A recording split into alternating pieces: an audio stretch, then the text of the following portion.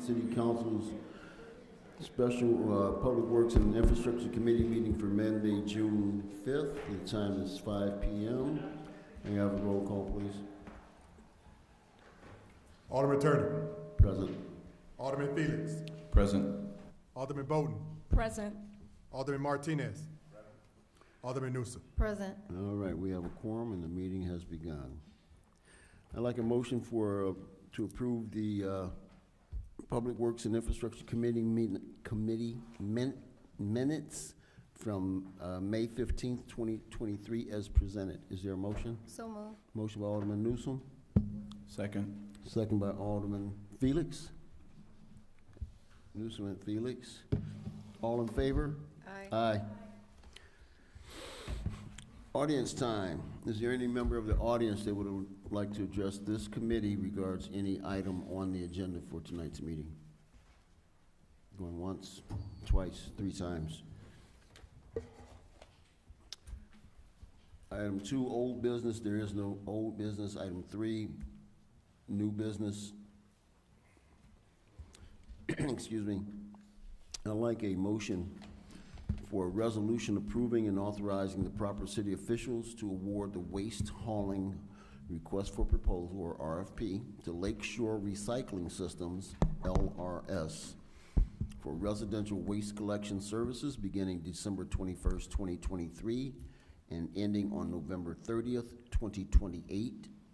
Based on the attached pricing, the city is in agreement with the most favorable amount submitted by LRS for $25.60 per month per household for the start of the contract. I so move. Motion by Alderman Bolton. Second. Second by Alderman Newsom. Any questions here? Not a question in the house. All right, I have a question. Chris or Shannon, do either of you know offhand what we're paying now, the current contract per household?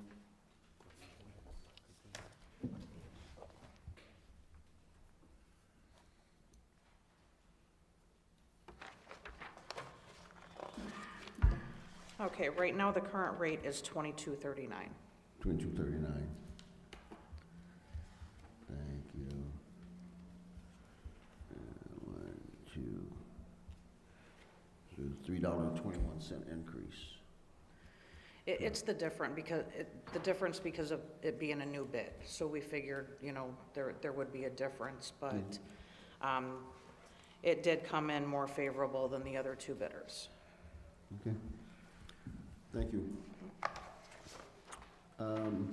Any other questions? Very well, thank you. Roll call, please. Alderman Turner. Aye. Alderman Felix. Aye. Alderman Bowden. Aye. Alderman Martinez. Aye. Alderman Newsom. Aye. Motion passes. Item B, I'd like a motion for a resolution approving and authorizing the proper city officials to award the bid. Excuse me. The bid for the 2023 annual commodities concrete portion only to Ozenga for the highlighted pricing. On the bid tab, it is anticipated that an amount up to $125,000 may be spent for this bid. Excuse me. Is there a motion? Motion by Alderman Newsom, second by Alderman Bolton. And questions? Roll call, please. Alderman Turner. Aye. Alderman Felix. Aye. Alderman Bowden. Aye. Alderman Martinez. Aye. Alderman Newsom. Aye. Thank you all very much. Item C, I would, if you please, a motion for a resolution approving and authorizing the proper city officials to award the 2023 bi-weekly mowing bid to Dan Dean Investments per section 2-458, subsection I, subsection 7, good faith waiver, for a not to exceed amount of $60,000. Is there a motion for this one? I so moved. Motion by Alderman Bolton. Second by Martinez. By Alderman Martinez. Thank you, sir, and thank you, ma'am. Questions? All right. Roll call, please. Alderman Turner. Aye. Alderman Felix. Alderman Aye. Bolton. Aye. Alderman Martinez. Aye. Alderman Newsom. Aye. Motion passes. Item D, Item D, I'd like a motion for a resolution approving and authorizing the proper city officials to award the 2023 weekly mowing bid to GNS Services for a not-to-exceed amount of $53,600. Is there a motion? Motion by Alderman Newsom, I second. second by Alderman Bolton. Thank you, ma'am, and thank you, ma'am. Questions? Okay. A little explanation or clarification here. So the first one we just approved for Dan Dean Investments. That's bi-weekly. Every 2 weeks, they'll go out and they'll cut city property, parkways and such, right? This one we just are going to vote on now, is weekly GNS Services. These are the guys that go out and cut the vacant properties, vacant lots, and vacant or abandoned houses when that gets overgrown. So that's the difference in the contracts. One guy is gonna do public or city properties, the other is gonna do vacant properties. All right? If I can have a roll call, please? Alderman Turner. Yes, sir. So the people know when they have issues with certain lots, they should still be reaching out to Public Works. Yes, absolutely. This is all managed by Public Works. Thank you. So they should not be making friends with and calling up these contractors. Okay, it goes through Public Works. All right? Alderman Turner, I have a question. Yes, sir. Hey, my question is that with these cul-de-sacs that are in the Waukegan area, I know that's the responsibility of neighbors. Is there any way that we can get them to cut them, the cul-de-sacs in the neighborhoods? I know I'm having a lot of callers saying that the grass is high and they need somebody to come out and cut it. And what I was told was that that's the responsibility of the neighbors, that the cul-de-sac, they got the little islands, I want to say. Is there any way that we can? Oh, you mean like a parkway? Yeah, that's Yeah, city you know park. how they go around and then there's Yeah. like little island in the middle, there's that little area, it's very small. Right. A lot of times that doesn't get mowed and I get called, hey, who's gonna cut it? And I let them know, hey, it's the responsibility of the neighbors, someone can take ownership of that. Ultimately, it is city's responsibility, is city property. But if the neighbors can pitch in and go get it done, those are relatively small, and with a Right. mower, one guy's cutting his grass. But if they don't want to do it, Public Works. Okay, all right, thank you. And just be aware, if Public Works has to be involved, Public Works is gonna take it out. Because we don't have the manpower to be going back and forth trying to keep up with things of that Absolutely. nature. And basically that's what I was told, that become a blacktop lot. And when I brought that up to that particular neighbor, he did say he'll take responsibility and start cutting it. The other thing, when you're speaking to your neighbors about grass cutting and such, please remind them that the grass clipping should not go into the street. So encourage them to clean the curb line, particularly the storm sewer grates, right? Get the debris out. Correct. That's very helpful, and you guys will find out, if you haven't noticed it in all these years, but you'll find out now when those sewers back up and the intersections flood, the neighbors are calling you at 4 or 5 o'clock in the morning. So, yeah, just encourage you to do that. I have a question. Thank you. Yes, ma'am. Now, when we cut, do you charge the property owner later, or how is that navigated? For the vacant properties, if the owner can be located or identified, even if it's a bank, then they will be given a notice, an opportunity to pay. If not, then a lien is placed against the property, so that when it sells, if ever it sells, we reimburse those liens off the top of that sale. But often that's one of the first things that's kind of negotiated away, or negotiated betwixt the buyer and seller. And Alderman Turner. Yes. Was that your question? I'm sorry? Did he answer your question? Yes, he did. Was it okay for you? No, yeah. I had another question. Okay. Thank you. Yes, sir. So going back to what Alderman Martinez stated, with what Chris stated as well. So if the people are seeing islands that are not getting cut, Right. Yes.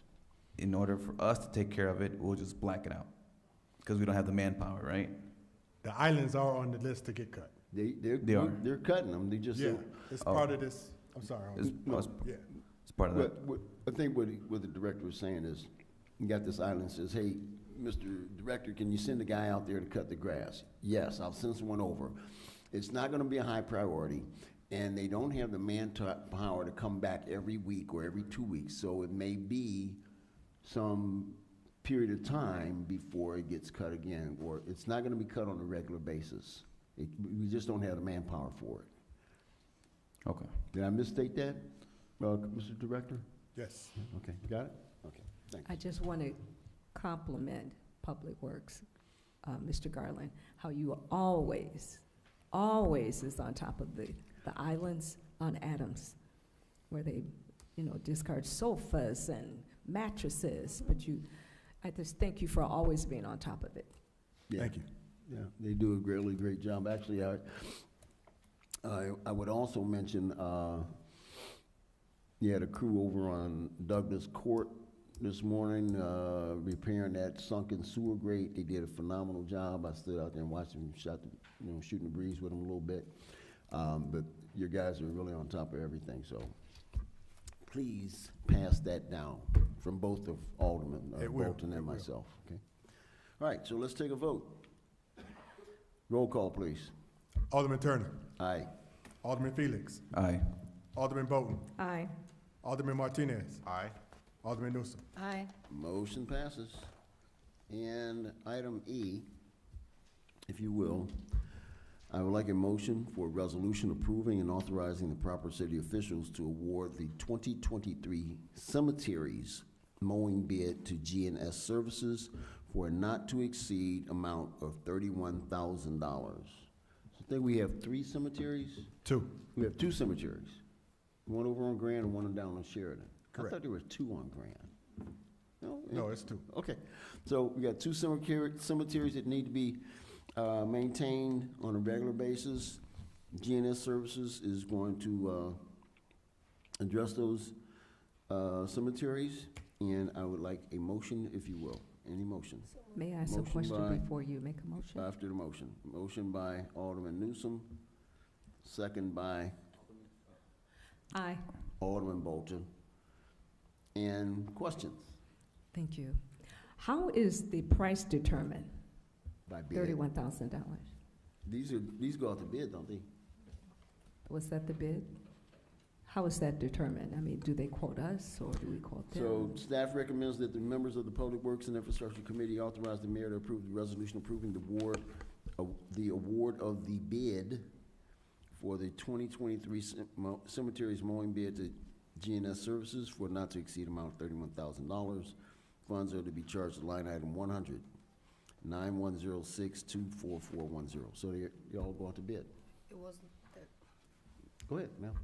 in April, it was no bids being received, and then in May, there were 2. So this contract, what is that, GNS got that one. So it was two bids. Does that answer your question, ma'am? Thank you. Okay, thank you. I'm looking at the Okay. email. Any other questions? No? Okay, roll call, please. Alderman Turner, Aye. Alderman Felix, Aye. Alderman Bolton, Aye. Alderman Martinez, Aye. Alderman Newsom. Aye. Thank you all very much. Item F, if you please, I would like a motion for a resolution approving and authorizing the proper city officials to allow leak detection services performed by M.E. Simpson per section 2-458, subsection I, subsection 3, joint purchasing for a not-to-exceed amount of $40,000. Is there a motion?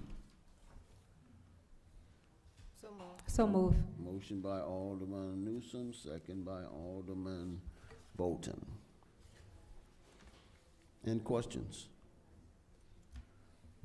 All right, roll call, please. Alderman Turner, Aye. Alderman Felix, Aye. Alderman Bolton, Aye. Alderman Martinez, Aye. Alderman Newsom. Aye. Motion passes. Item G, if you will. Yes, item G. I'd like a motion for a resolution approving and authorizing the proper city officials to enter into a contract with Office Plus for the purchase of office furniture for public works per section 2-458 subsection I. Subsection 3, joint purchasing for a not-to-exceed amount of $37,120.84. Is there a motion here? I so move. Bolton, Alderman Bolton motions. Second. Alderman Felix makes the second. Questions, please. No. No questions? Roll call, please. Alderman Turner. Aye. Alderman Felix. Aye. Alderman Bolton. Aye. Alderman Martinez. Aye. Alderman Newsom. Aye. Okay. So that's it for that. So item number 4, reports and communications. There are none. And adjournment. I would like a motion to adjourn. So I so move. Motion by both Alderman Newsom and Bolton. And who's gonna second it? I'll second it. Okay, so all in favor? Aye. Aye. Thank you all.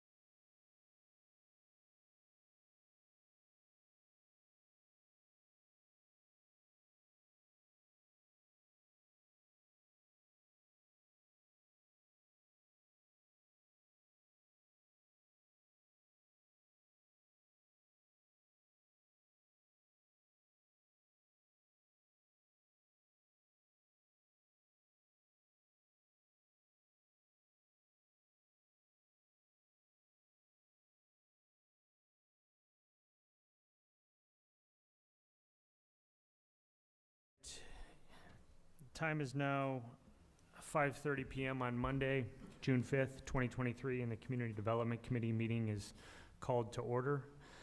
May we have a roll call, please? Chairman Hayes, Present. Vice Chair Newsom, Present. Member Florian, Present. Member Donenworth, Present. Member Turner. Present. Thank you. Item C, may I please have a motion and a second for approval of the minutes of the May 1st, 2023 meeting of the Community Development Committee? So moved. Second. First by Alderman Florian, a second by Alderman Turner. This is a motion to approve the minutes of the May 1st, 2023 meeting of the Community Development Committee. Are there any questions to the motion? Hearing none. All in favor? Aye. Any opposed? Motion carries. Audience time. Are there any members of the audience that would like to address the committee?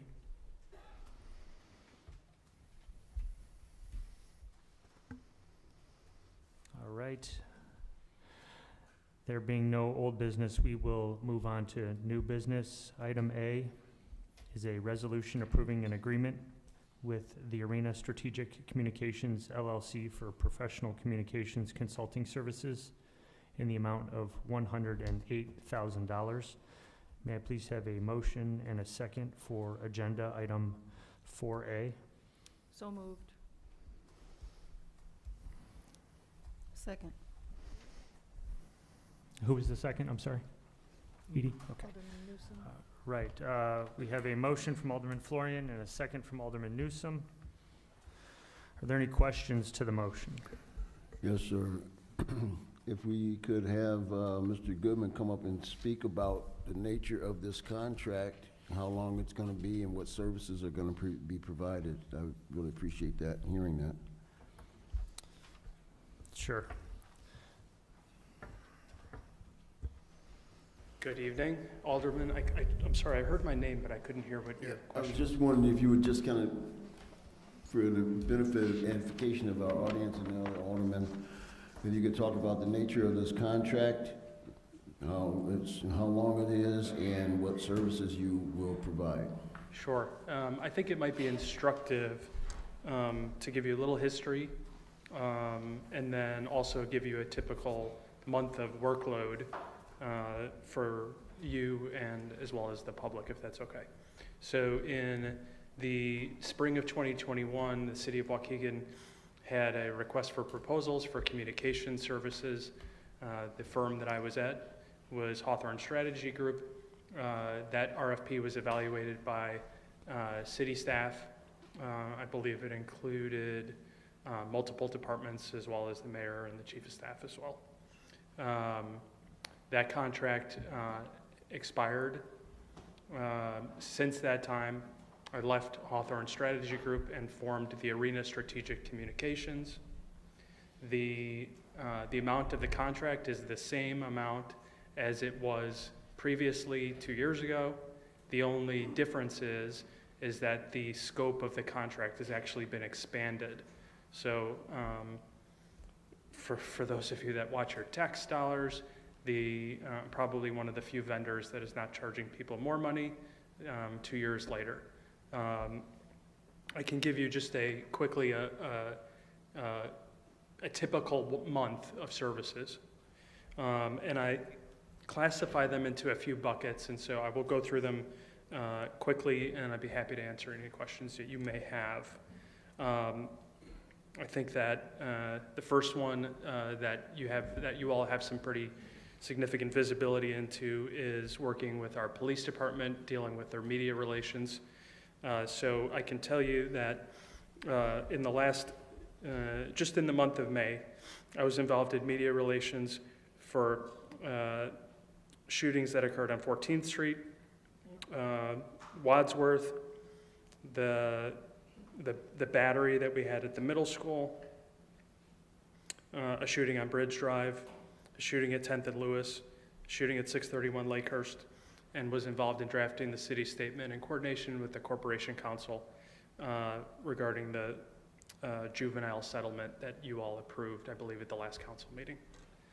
Outside of PD, media relations, in this last month, I was involved with the Archdiocese of Chicago, and we got press coverage for that gun buyback that was both local in nature, and whether or not you are a fan of gun buybacks, it was good to show that the police department was taking firearms off the street that could be used. And that coverage of that was picked up in both Chicago media. It was picked up in Catholic press. It was actually picked up in international Catholic press as well. It was picked up all the way in Australia, which was just shocking to me. Also involved in media relations for our nonprofit panel. I'm working. I have June 21st. There will be a Chicago TV station coming out here with a camera and doing a story about juvenile keeping Lake County and Waukegan safe during the summer.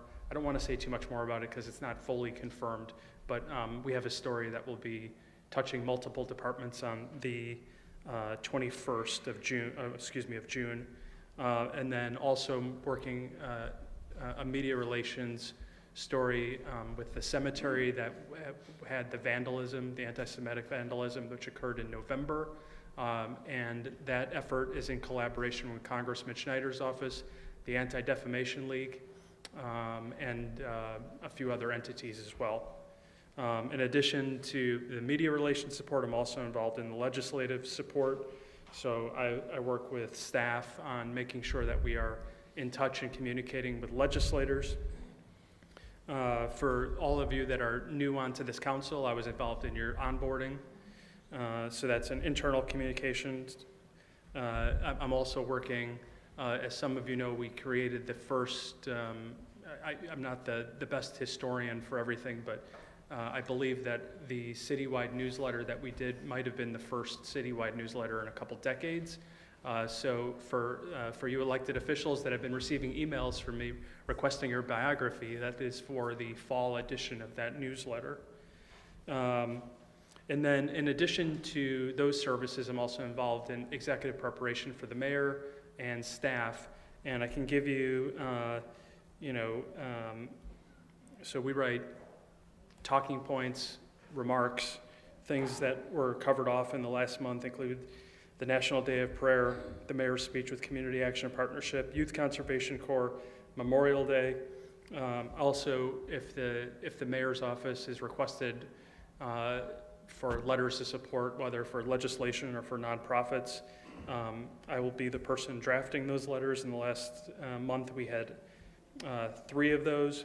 Also prepared remarks for the mayor for the Chamber of Commerce, all of our police department, fire department, promotions and swearing-ins, and also collaborate with internal public relations as far as e-news. So that is a typical month of workload.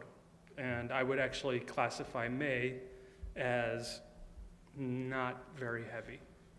So it gives you a bit of idea of the scope of the work.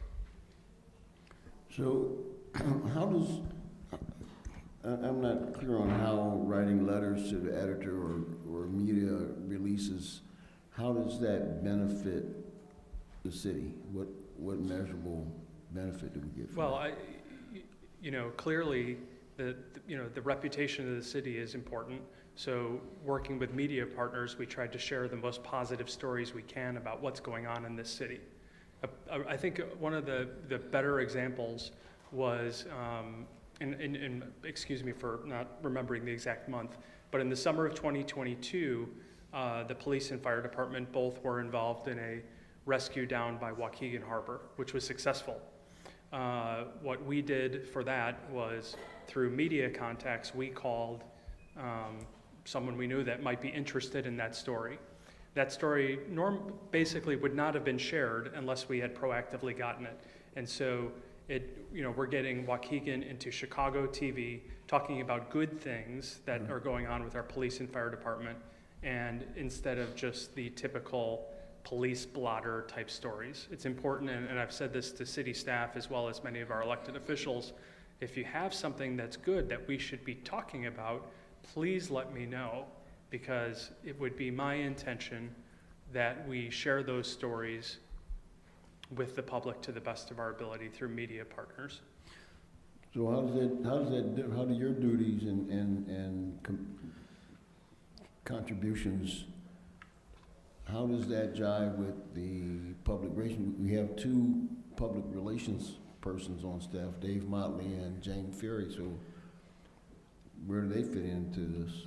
And is there a conflict, or are you doing their job? Why do we need three people? Well, I can't speak to, I mean, let me at least, what I can tell you is that the things that I've reviewed with you, I own, and those are things that I work on. It is, generally my understanding that internal public relations staff at the city are involved in doing community relations, and it's just a different area, and that's why, when this went to RFP, it was important for the mayor and staff to make sure that there was a clear division of duties and that we're not overlapping. But I do enjoy the collaborative process I do have with staff. All right, thank you very much. Thank you, sir. May I ask a question? Thank you for your presentation and those clarifications. And I was asking during our briefing, is there an duplication of services? And I guess that's similar to Alderman Turner's question. And maybe you could share with our constituents those same highlight points there, so they'll know that and get a clarification there is not duplication of services. Because I had the same question. Yeah, I mean, I went through just a few minutes ago, and I'm sorry if I didn't notice if you were here for the entire time I was speaking or not, but I went through, just to save everyone's time for me rereading this, 1, 2, 3, 4, 5, 6, 7, 8, 9, 10, 11, 12, 13, 14. I think there's about, don't hold me to this, but I think it's about, it's like 30 different action items that were wholly owned by me. They are not done by city staff. There is no, while we definitely collaborate, we're not doing the same things. Thank you, and that was just for the sake of our community, so, because they have the same question. Absolutely. Thank you so much. And I understand so, yep. Any other questions? Okay, thank you, Brian. Thank you. How long is the contract for? That was me. Yeah. How long is the contract? The contract is 12 months. Pardon me? It's 12 months. Goes through June of 2024, I believe. Thank you. Thank you, sir. Okay, if there's no further questions, we have a motion and a second. I believe Roll call. voting roll call is up next. Thanks, I'm fumbling through it. Alder Florian, Aye. Alder Donenworth, Aye. Alder Turner, Aye. Alder Newsome, Aye. Chairman Hayes. Aye. Thank you. Thank you for the presentation, Mr. Goodman. Item B is an ordinance approving HPC calendar number L-1-23, the proposed landmarking of Trinity African Methodist Episcopal Church located at 210 South Avenue. May I please have a motion and a second for agenda item 4B? So move. Second. Okay, Alderman Newsome for the motion and Alderman Turner for the second. I believe that some individuals from Trinity Church are here. Would you like to come up and tell us about the landmarking proposal?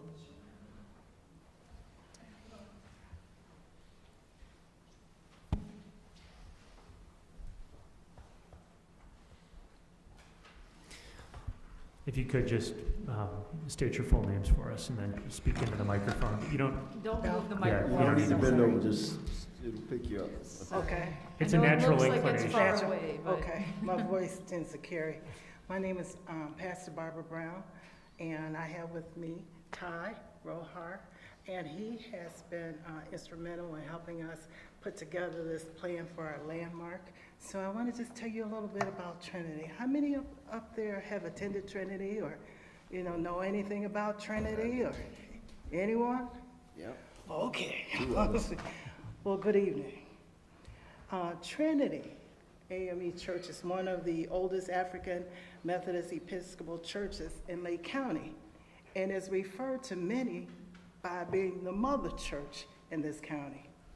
Trinity was a leader in Civil War movement, and the congregation has come a long way and has seen many changes since the early days when it was organized as a ministry, primarily for formerly enslaved people who were seeking economic advancement. We currently serve and have served members in our community that show up to church every Sunday for over 75 years or more. As a matter of fact, we're getting ready to celebrate 119 years of being in this community. Wow. That's a reason to give us a round of applause. As a matter of fact, we will celebrate the birthdays of Mother Mary Ford, who will be 97 in July, and also Mother Fanny Bullocks, who will be 96, also in July. Our Service Council president is here, Joyce Epperson, and she is the reason why we are standing here today, because it has been her legacy since being a lifetime member of Trinity to have it landmarked. And I'll give you a little story. On today, I'm at church preparing for this, and I get a knock at the door, and an older gentleman said, I had to just come by and see this place. He said, the doors are usually closed, but I heard that you were on the books for being landmark. And I said, yes, sir, we are. He said, I am so proud, even though I don't attend this church, I am so proud of you guys still being a beacon of light here in the community. And God, that made me feel good. I've only been at the church a year and a half now. Some of the things that we do in the community, last year we had a huge picnic for our housing development that surround us. And we gave each and every kid in the community a book, a backpack, getting them ready to go back to school. We continue to give food stipends. We give out food. We coordinate with the Stavin Center with women and children. We gave them toys, every kid, every woman in that facility, toys for Christmas and also aids for them. We partner with the Washington Community Center for Men, and we also continue to provide activities for them as well as clothing and food. And we do a lot of just community service. Our theme, our goal for the church is to evangelize the community by showing them love, encouraging them to be beacons of light in the community as well as we are, and just to continue to serve the community by providing what it is they need. Wonderful. Thank you so much. Oh, Are there any questions? I just have one. Thank you for explaining that. I realize the desire to be landmarked, but sometimes it comes with some restrictions and so on that as a result of this landmarking, and you guys are aware of that and prepared to deal with the ramifications that you have to operate in once you become landmarked. Yes, ma'am, we are. Okay. All right. Great. Okay. Thank you so much. Thank you. Yeah, here's to another 119 years. All right, roll call, please. Alder Florian, Aye. Alder Donenworth, Aye. Alder Turner, Aye. Alder Newsome, Aye. Chairman Hayes. Aye. Item C is an ordinance approving the purchase of real property located at 623 South Genesee Street in the amount of $40,000. May I please have a motion and a second for this agenda item 4C? So moved. Second.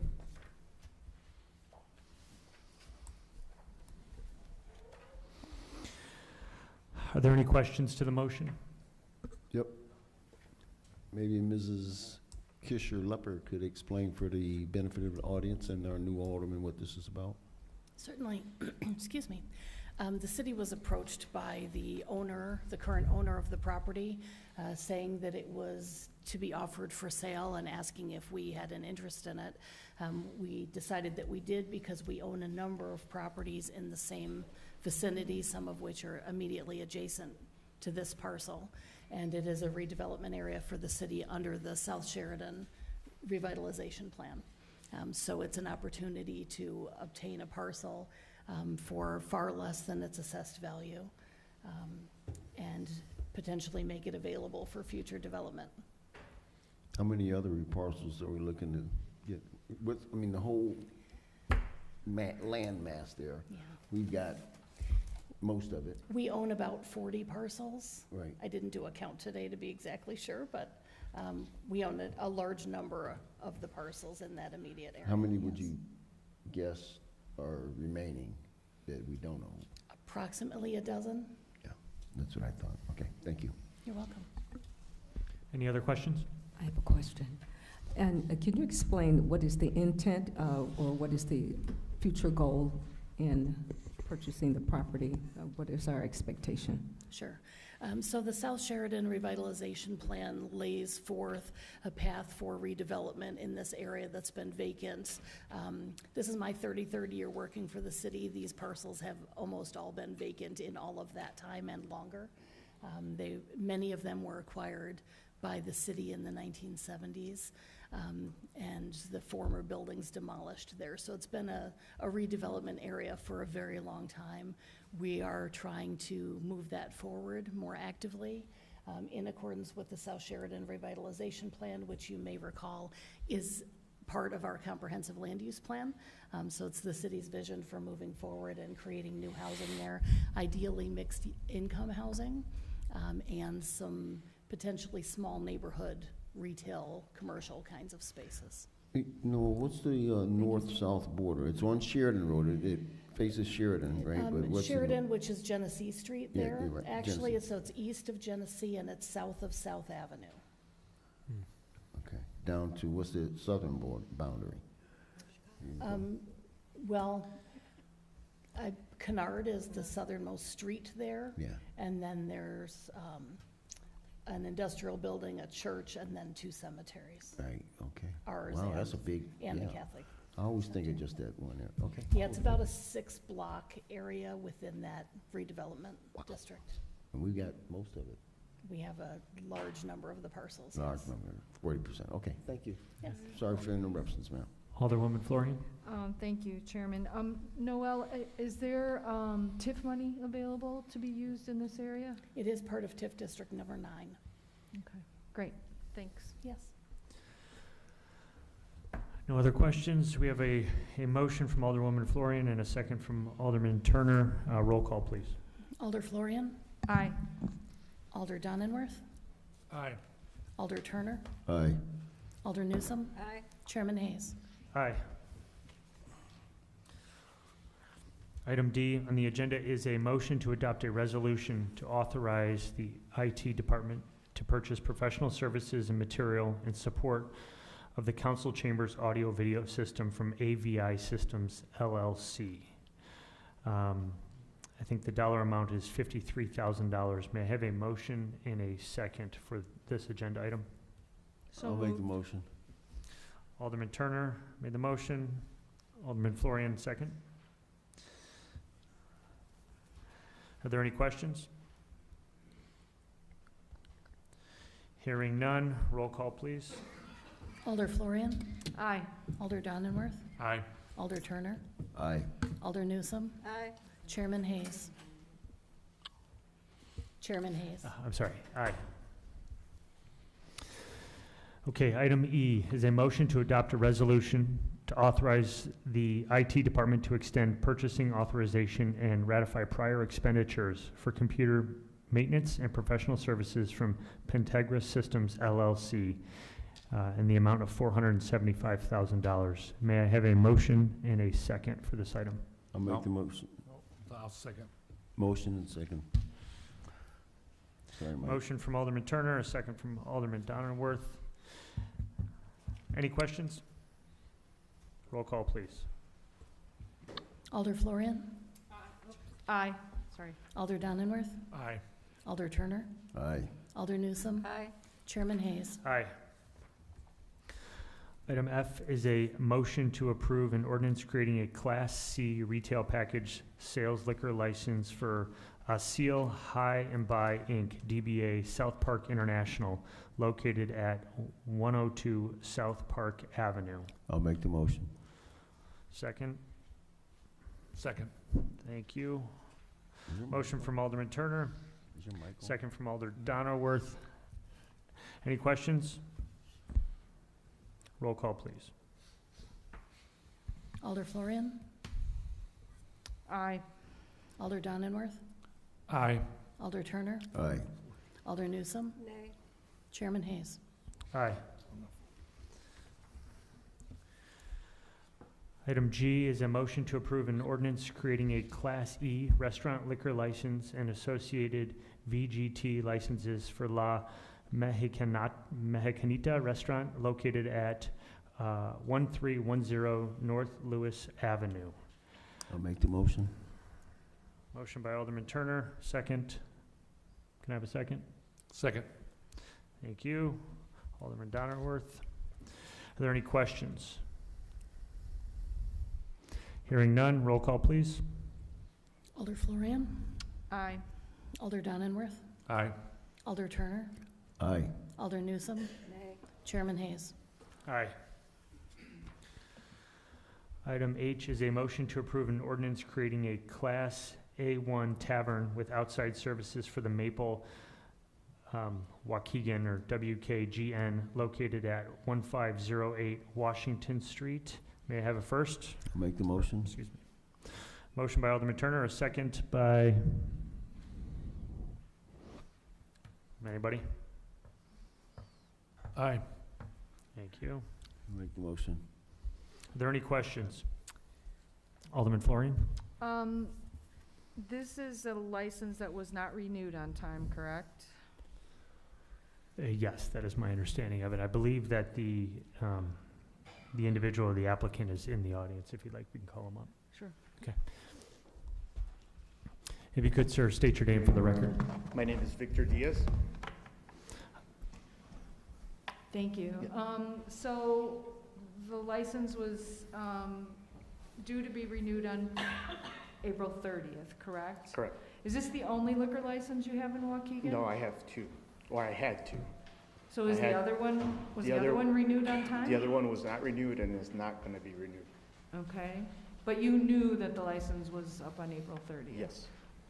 Did you continue selling alcohol without a license? We did, but we thought we had a grace period, like the state license does, so that's why we kept. When I went to the city to renew the license, that's when I was told that the license would not be renewed, it was void. So then we ceased all sales there, and we haven't been selling since. So we submitted the new application. Okay, thank you for clarifying that. Yes. Any other questions for the applicant? Okay, thank you, sir. Roll call, please. Alder Florian, Aye. Alder Donenworth, Aye. Alder Turner, Aye. Alder Newsome, Nay. Chairman Hayes. Aye.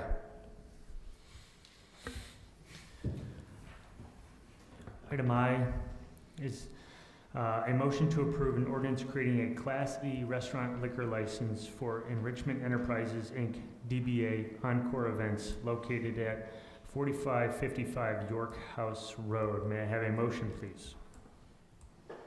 I'll make the Motion. motion. You can have that. Alderman Donnerworth? Second, Motion. second. All right.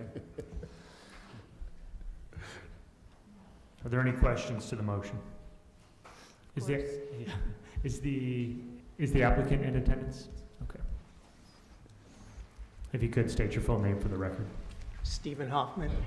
Bridget Bobo. Hi. Hi. So you guys failed to renew on April 30th. Did you continue selling alcohol? There was an initial period of total confusion on our part. What happened, if I may, my niece is operating the business, and she had started just shortly before this. She had a medical emergency with her son, which is ongoing. He's in intensive care, and so some things fell through the cracks, and she confused this renewal with a county change of licensure that came up at exactly the same time. Exactly the same time, and she thought that she fulfilled it, and we did not realize that until we were notified 10 days ago, something like that. Okay, so I'm very sorry about your niece and her son. I hope he'll be okay. But isn't the license in your name? It is. Okay, and so you're ultimately responsible for I agree with renewing that. this? Okay. And it wasn't renewed on time? It And was you not. knew that the license expired? I mean, it says it right on the license itself, right? And you do banquets, and you do the golf course, and you do the bar, and I walked in there Thursday, and the bar was wide open. I mean, that was just 5 days ago. We still have had some confusion. I don't know, because we have multiple licenses in the jurisdictions, and we didn't realize that the tavern is separate, is a separately licensed. Well, I think we thought that the tavern was separately licensed, and it was governed under their restaurant license with the county. Clearly, that's not the case. Well, I think we've had many instances of this happening in the city with people serving alcohol without a license. I don't want to necessarily make an example out of them, but I think we need to have some kind of consequences when these things happen. We don't fine anybody, we don't, you know, they come, they apologize, we say okay, and we give them a license and they go back. And a liquor license is a very precious commodity, and we need to start treating it like that, in my opinion. And, you know, if you get caught driving your car without a license, there's consequences to that, right? And most of us who have a driver's license pay attention. Well, it helps because it's on your birthday, right? But every liquor license in Waukegan expires on the same day. We don't make this difficult. It's April 30th. Same time, same, every year, same thing. So, anyway, I just, for the new people, for the existing people, you know, I've never seen anyone have any consequences for this, and I think we need to start doing that. So, go ahead, Stuart. I know you can't wait to let me have it. No, I think, you know, after we're done with this issue, it might be useful for, I don't know if Sean could talk about the efforts that they went through this year to notify folks of when renewals were coming up, and how they can make sure that in the future, this does, you know, I mean, I think that this year, after the transfer of this over to finance and to the licensing division, we've learned a lot in that process. So I don't know if you want Sean to talk about that now or later, or after we're done with this particular applicant. Are there any other questions for this applicant?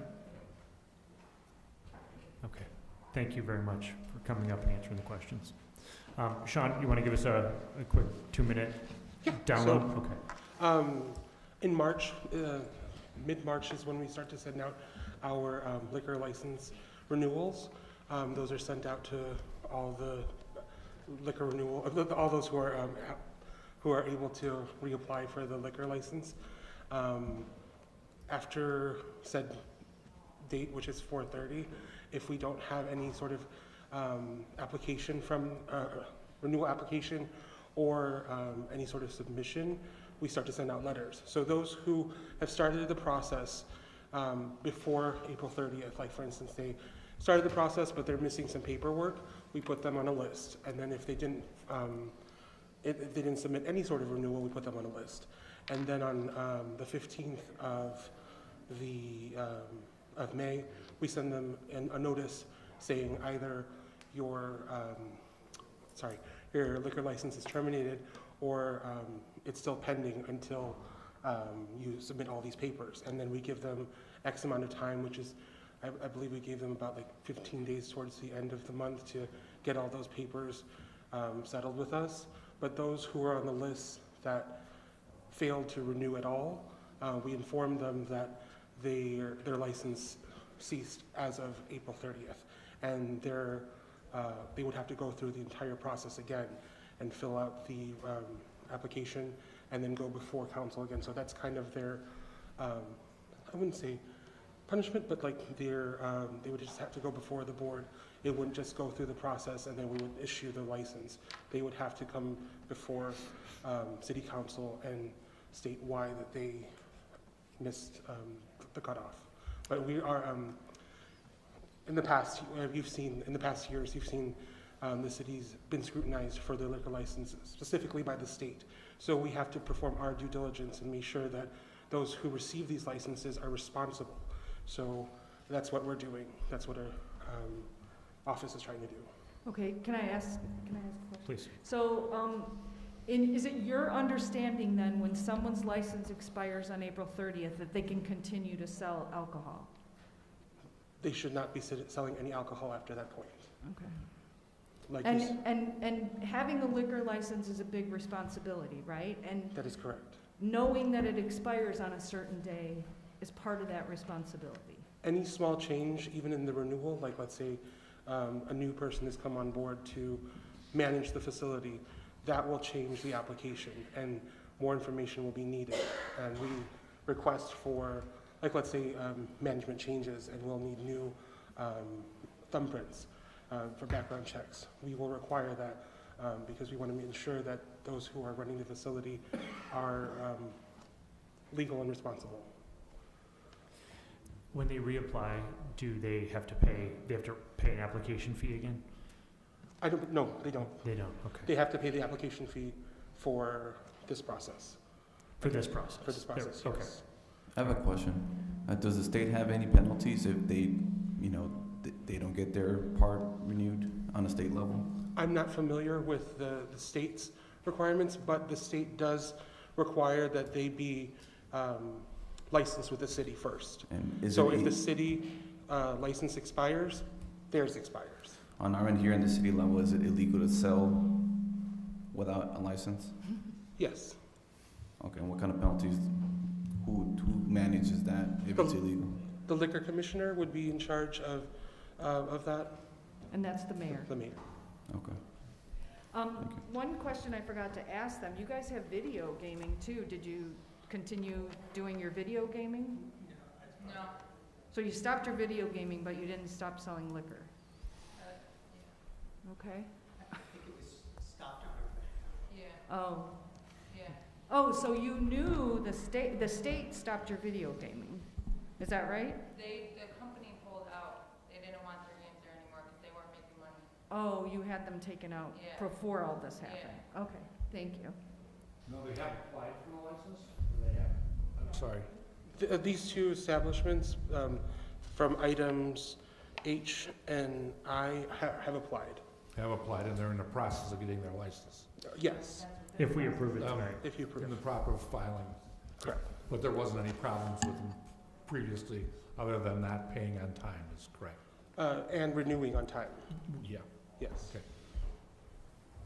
Any other questions? Okay, roll call, please. Alder Florian, Yes. Alder Donenworth, Aye. Alder Turner, Aye. Alder Newsome, Nay.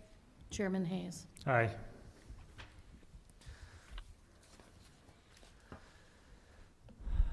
All right, reports, communications, and information.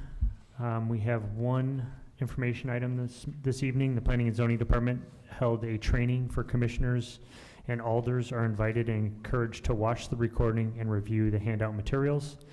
The video link and documents are provided in board docs. Are there any questions to this report? I just want to say I did get feedback from a couple people that I know on the Planning and Zoning Committee, and they thought it was absolutely great training. And I read through it, and I think it was something that was needed. And I don't know when the last time you did it, but it was definitely something I think that they found very helpful. Thank you. I appreciate that feedback. It's something that I've been wanting to do since I've been the director in the department, and I don't know the last time it was done prior to that. So I'm very glad we were able to arrange with American Planning Association Illinois chapter to do the training for us. Okay. Thank you. Thank you. Any other questions? All right, may I please have a motion and a second for adjournment? So moved. Second. Alderwoman Newsome and Alderman Turner is the second. We are adjourned at 6:09. vote on it. Oh.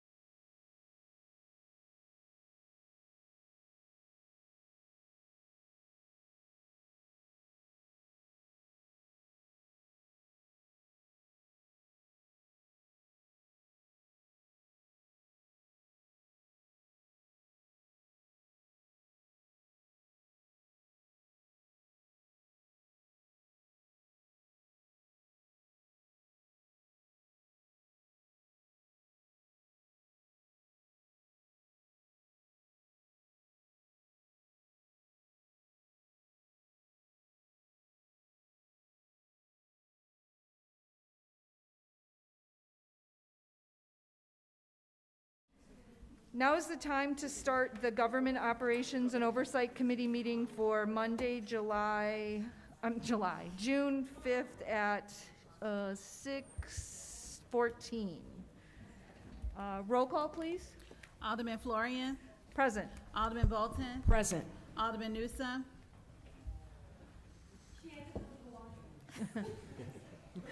Alderman Felix. Present.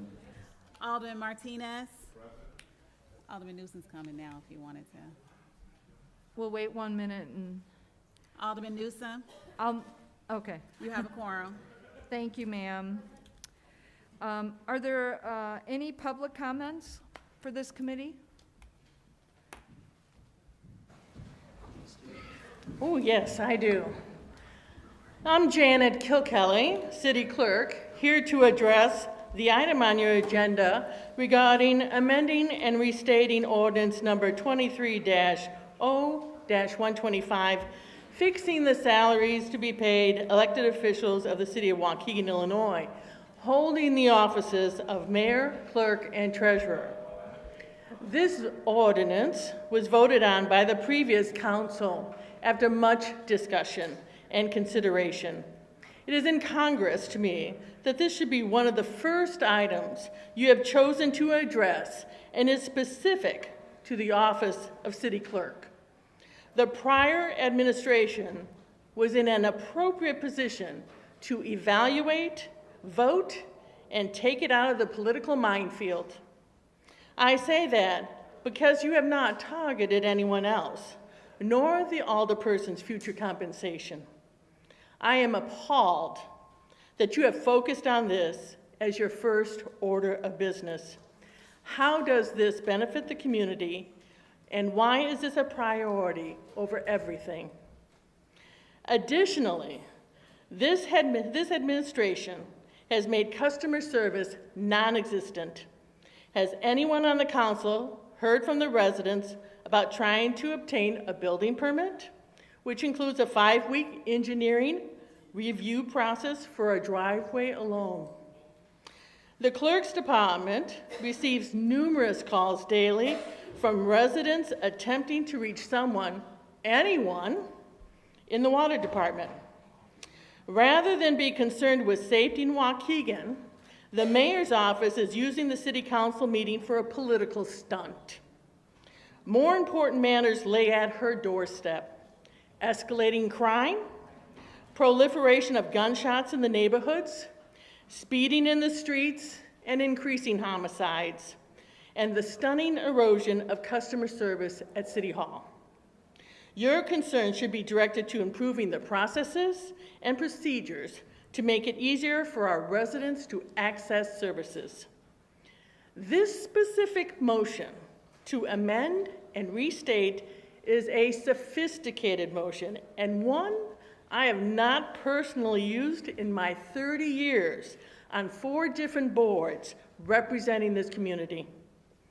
Having new alderpersons following their first meeting requesting this item be brought back is a manipulation by this administration that has focused on discrediting the office of City Clerk.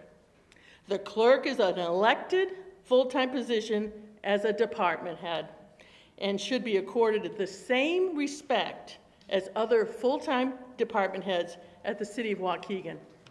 Again, let me reiterate, this salary does not benefit me in any way. It is for the next term, and I will continue to advocate for the future of this office. Thank you. Okay. Anyone else like to speak? Good evening, Council. You know, it's kind of disappointing in you new aldermen that's pulling this back on this agenda. Of all the things that's going on in this city, you mean to tell me we're talking about somebody's salary that's going to happen at the next term? Is we're talking about the salaries that y'all are paying out right now. We didn't vote for y'all to come up in here and start this infight and picking a political side. It's disgusting and it's sad. And if you was going to pull anything back up, we should have talked about that wraparound center that's going to combust downtown area. Pack it up. Have we not looked around nowhere? Homeless people are being brought in the city of Waukegan and dumped here. You know why? Because the resources is easy and you get a lot of it. But we're talking about the salary of an elected position. This ain't somebody that's been appointed. We voted for that person just like we voted for y'all. And I think that office deserves the same respect that we give each one of you aldermen. and each one of these department heads. Because as I go on the city website and I look at some of the pay, it's quite a lot. And I'm looking at this elected position of the city clerk. It's the lowest one on there when we're talking about department heads. Even with this raise, it's still the lowest one. We didn't vote for them other department heads. We voted for you aldermen to come here and speak on our behalf and speak for the community. Not coming up in here allowing an office, a favor, these backdoor conversations that y'all have, this takeover that we're looking like doing it is disgusting, y'all. And just to remind y'all, I still got babies out here dying. They still have nowhere to go. They still have nothing to do. Summer camp cost them almost $300 for 2 weeks. And you're talking about cleaning up the street. Well, I'm out here and I'm knocking on doors and I'm talking to families every day and I'm not seeing none of y'all. So I implore y'all to leave this alone. That other council did that. They talked about it. They went weeks on it. And a decision was made. You guys just came here. So I implore you guys to learn the policies in these offices before you come up in here changing anything, because I didn't see none of y'all sitting at these meetings every week like I've been for the last 2+ years. Thank you. Thank you, Mr. Edwards. Okay, anyone else? Okay. Item D, I need a first and a second motion to approve the minutes of the Special Government Operations and Oversight Committee meeting held on April 17th, 2023. I so move. Thank you, ladies. All in favor? Aye. Any opposed? Thank you. On to item 2, new business. I need a first and second motion to approve the execution of agreement by the mayor on behalf of the city of Waukegan with the public entity professionals of Alliant Insurance Services Incorporated for the July 1st, 2023 property and casualty insurance renewal for an estimated amount of $1,983,006. So moved. I second. Thank you. This is our property and casualty insurance for the city. The staff recommends the city council approve the execution by the mayor on behalf of the city. Again, I said the estimated amount. Any questions to this motion? Okay. Roll call, please. Alderman Felix. Aye. Alderman Martinez. Aye. Alderman Bolton. Aye. Alderman Florian. Aye. And Alderman Newsom. Aye. Motion passes. Thank you, ma'am.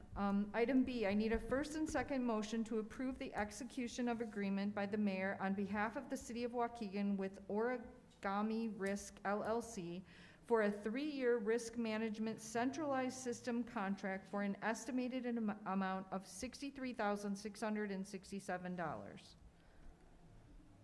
So moved. So moved. I second. Thank you, ladies. Any questions to this motion? Okay, roll call. Alderman Martinez. Aye. Alderman Newsom. Aye. Alderman Florian. Aye. Alderman Felix. Aye. Alderman Bolton. Aye. Motion passes. Thank you, ma'am. Item C, I need a first and second motion to approve an ordinance amending and restating ordinance number 23-0-125, fixing the salaries to be paid to elected officials of the city of Waukegan, Illinois, holding the offices of mayor, clerk, and treasurer. I so move. I need a second. Oh, second. Thank you. Any questions to this motion? Yes. Corporation Counsel, can you explain how you can bring this motion back up? I thought it was the prevailing side would have to bring it up for reconsideration. That would be a motion to reconsider, which is a way to actually rescind a motion, an ordinance when it's been passed, and you can do that either at that meeting or the next meeting. In this case, this is a repeal of a previously, basically a repeal and replacement of a previously passed ordinance.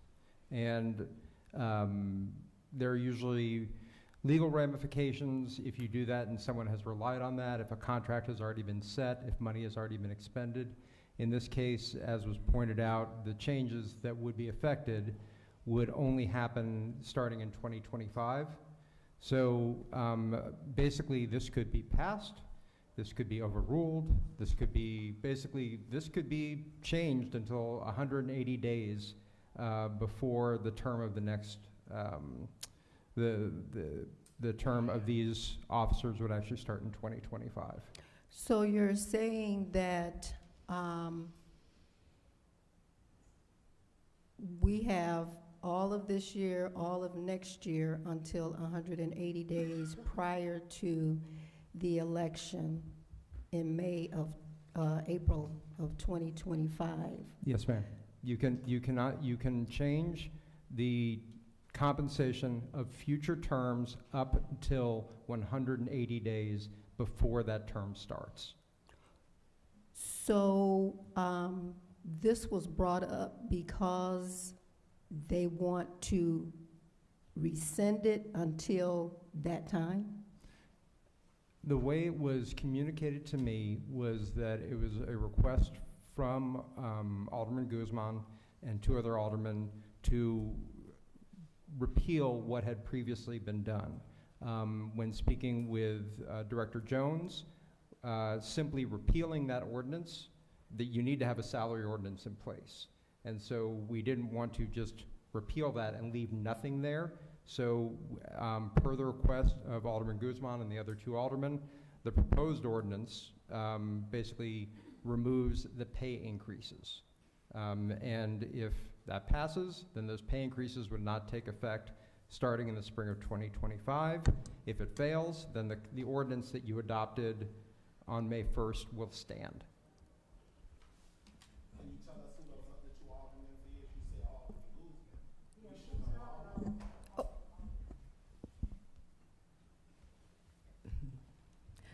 I have a question. I'll admit I was one of them. I had voted no for this to begin with, and when it passed, and they approached me and said they'd like to rescind it, I of course agreed because I had voted no again to begin with, so.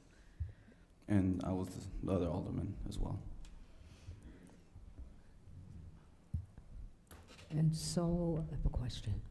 So knowing that the facts have already been made, we haven't had a promotion, they haven't had an increase since 2012, 2010? 2012. What is the objective of appealing this? What's the reason? Well, And like it's been pointed out, they're the lowest paid.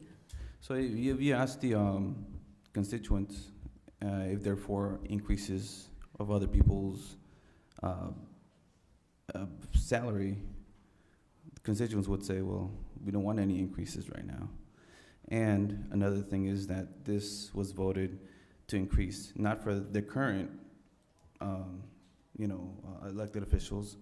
The next one, which will affect our 2 years, not their current. Right now it'll go to till 2025, which is the previous aldermen were part of it. So now it's not a 100% no for forever, but we can bring it up later on. But for now, I mean, we don't want any increases for anyone.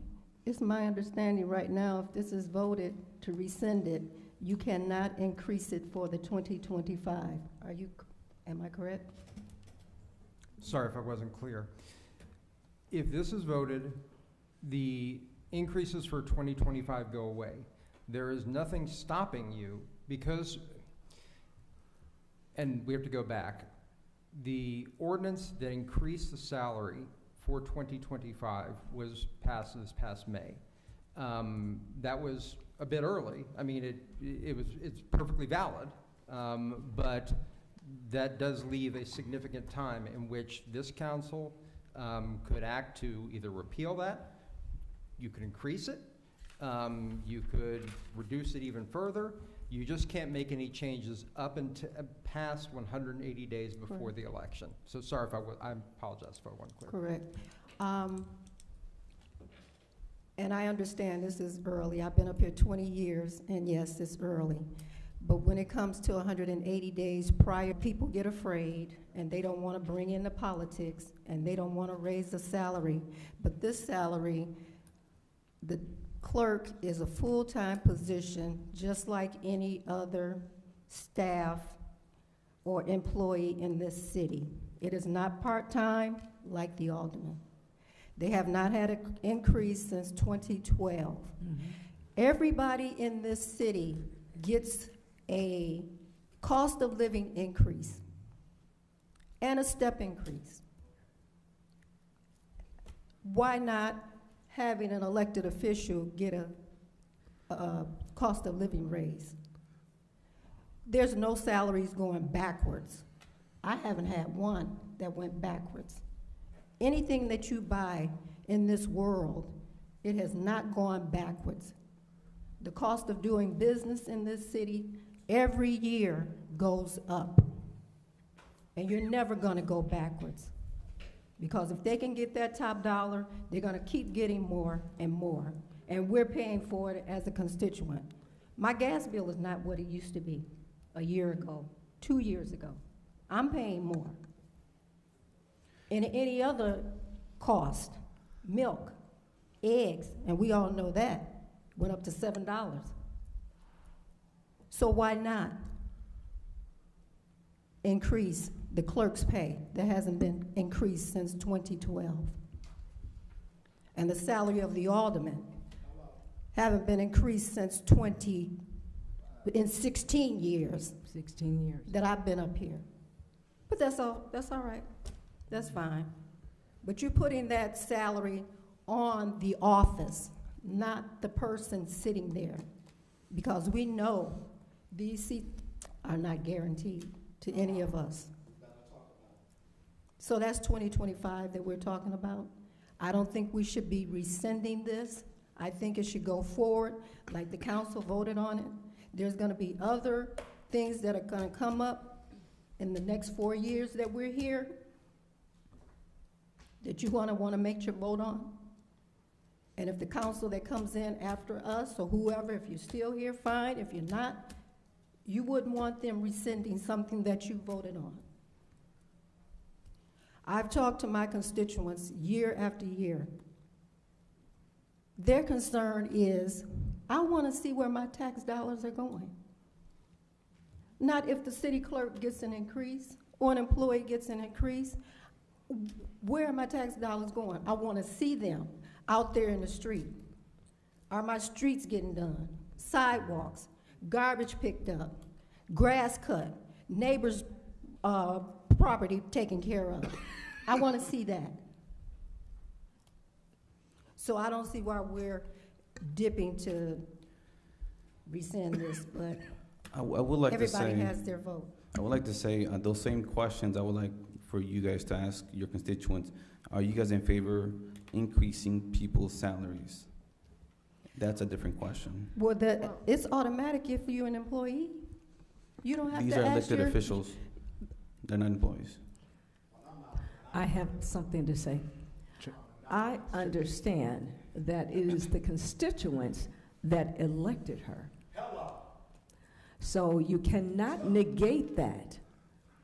So, and I really encourage you to sit with the person in that position and look through their PowerPoint about if you have not met with them. And I believe she articulated very well what she does, that department does. And like she stated, it's not all about her, it's about the person that's holding that position. Thank you. Thank you, Alderman Bolton. I would like to say, I know the chairman doesn't always speak during these, but I hear what you're saying, Alderman Newsome. I understand, and in the beginning, I agreed that the certain elected officials hadn't gotten a raise in a very long time, and it was probably time to think about doing it. And doing it when we talked about it was taking away the politics of it, which, if you will. But in talking with Alderman Hayes, he made a very good point. And first of all, elected officials are different than employees. We voluntarily put ourselves out there to run for office and take these positions knowing what the salary is when we take the position, right? And knowing it can't change while we're in that particular office for the length of time. And we also in this city, as I believe what Alderman Felix was trying to allude to, we only have a finite amount of money. We only have the taxes we collect, you know, some of the money we get from the state, whatever it is, we have a certain amount of money coming in, and we have a certain amount of services we must provide. We must provide fire, we must provide police, we must provide public works, we provide water, you know, the list goes on. If we raise elected officials' salary, we have less money to do those things. And when you're talking about your constituents wanting to know where their tax dollars go, they prefer to see that their street is getting paved or their sidewalk's getting fixed. I had a guy today call me about his sidewalk, and you know, I had to tell him it might be a while till they get to you. But so I can't justify saying I need a raise, and yet I'm making my people wait for sidewalks and roads. So that's why I voted no when we originally proposed this, and that's why I will vote to rescind this, because. I have one more question. Yes, Alderman Bolton. Our attorney, what are the legal consequences if this is rescinded? The effect of this ordinance would be that starting in spring of 2025, the salary for the mayor, the treasurer, and the clerk would stay the same as they are. And it would remove the automatic 2% increase that was built in. Wait a minute, you said how much, 2%? 2% annually after that. So there's a bump in the base salary, and then the alderman on May 1st had adopted a 2% annual increase for themselves, and then that would, under this, under the ordinance you adopted on May 1st for the other officials, for the clerk, treasurer, and mayor, that 2% would be there. So it was, it changed the base salary, and then it also added in an annual increase. This would remove both the change in the base, the increase in the base salary, plus that 2%. Thank you. If I can just make one comment here. After much consideration and knowing the dedication that particular office puts in, you know, this is a classic example of political science, in my opinion, all right? Because I do feel that since 2012, they haven't had a raise, right? They do very good work.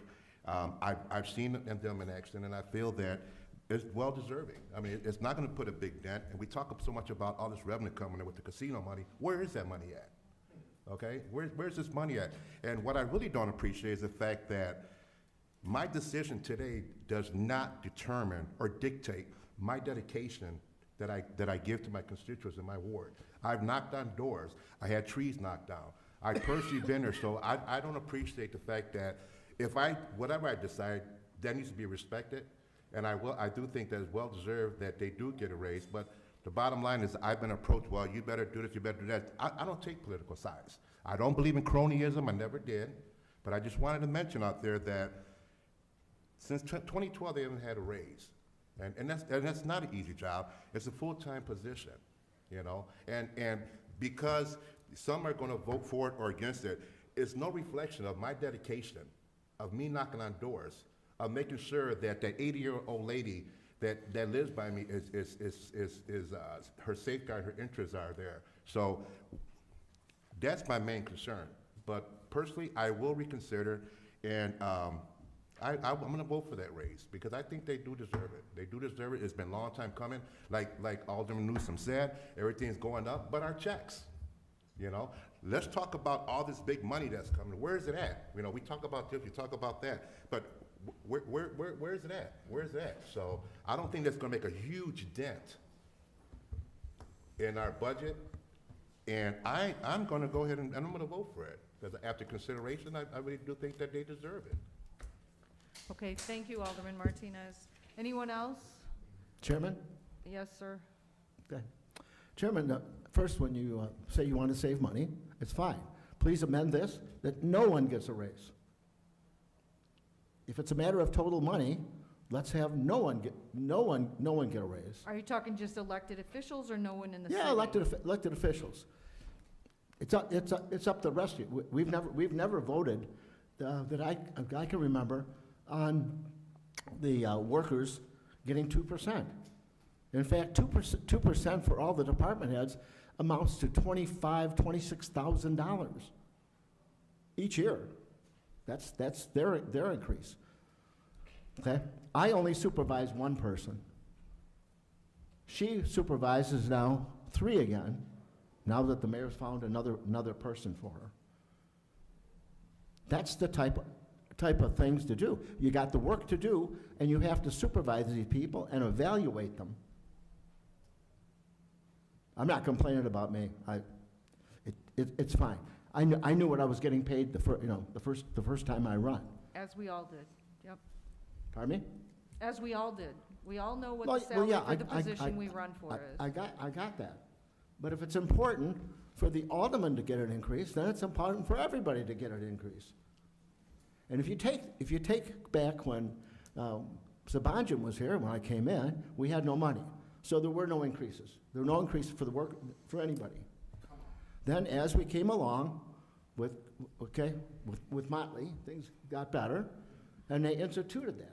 But if you institute every one of the raises that we've gone along, right, she would probably be $4,000 below the lowest department head. But that's not where she's at. So that should have been fixed back then, that we should have got 1%, 1.5%, 2%, I mean, whatever was decided. Everybody, including myself, right? Well, thank So you. I don't need the increase, so if we want to go back to nobody getting an increase, I'm for it. Well, thank you for your input. Unfortunately, you don't get a vote. I noticed that in 15 years. All right, any other comments? Roll call, please. So the vote aye is to rescind, correct? Yeah. And so if take you- it back to previous. Yeah, so if you vote aye, this would be to recommend approval of this ordinance, and it would appear in 2 weeks. Well, it's gonna go on the main agenda anyway, because we don't kill things in committee here. But a vote aye would be to rescind the pay increases that were adopted on May 1st. A vote nay is to recommend denial of that rescission and basically leave things as they were on May 1st. Thank you for that So to explanation. vote aye means you're against it. I means that you're against the pay raise. Okay. Nay means you want to keep things the way they were as of May 1st. Okay, roll call, please. Alderman Newsome, Nay? Alderman Bolton, Nay. Alderman Felix, Aye. Alderman Martinez, Nay. and Alderman Florian. Aye. So the motion fails. So what that means is that there's going to be a negative recommendation from the committee. When things get voted down in committee, they don't just stop because the committee isn't the whole city council. So this will appear with a negative recommendation from the committee on the next agenda. And then the full council will get a chance to debate it. Is that at the next committee meeting? I mean, the 20th? That's where it would naturally go. And then if someone wants to hold it over or something like that, they can at that meeting. Okay, thank you. There is no old business or reports or communications, so I need a first and second motion to adjourn at 6:43. So move. I second. Thank you. All in favor? Aye. Any opposed? Thank you.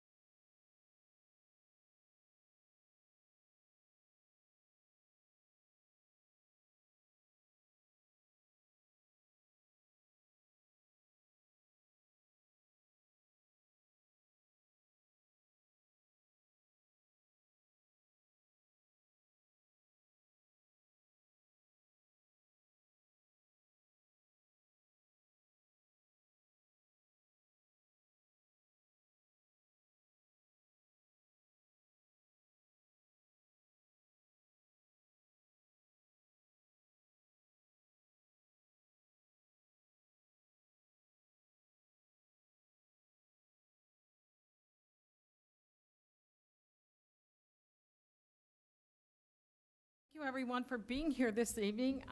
We are actually starting exactly on time with a full house, so that's a great accomplishment. Thank you, everyone. Tonight is our June 5th meeting. Welcome to our City Council meeting. Again, I want to remind people that our agendas are posted the Friday before our meeting, so you can get a copy of the agenda. You can come to committee meetings with any questions you have, and remember, you get your 3 minutes to speak up here tonight.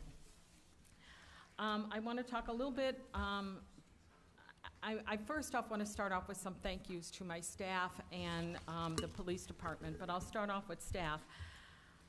As many of you know, we've talked about it a little bit about how we've done successful budgeting at City Hall, and we have not increased your property taxes. We've paid down some debt, and we've already had one change in our credit rating, and we're hoping to have another one by the next City Council meeting. Now that we have all the aldermen here, we're going to start off with roll call. Madam Clerk. Thank you. Alderman Martinez. Here. Alderman Felix. Present. Alderman Newsom. Present. Alderman Turner. Present. Alderman Donenworth. Present. Alderman Florian. Present. Alderman Hayes. Present. Alderman Bolton. Present. Alderman Guzman. Present.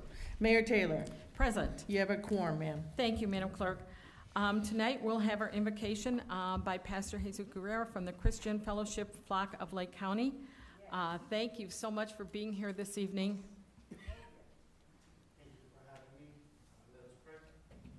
Dear Heavenly Father, we thank you for this amazing opportunity to come before you and call to order our City Hall meeting and City Council meeting.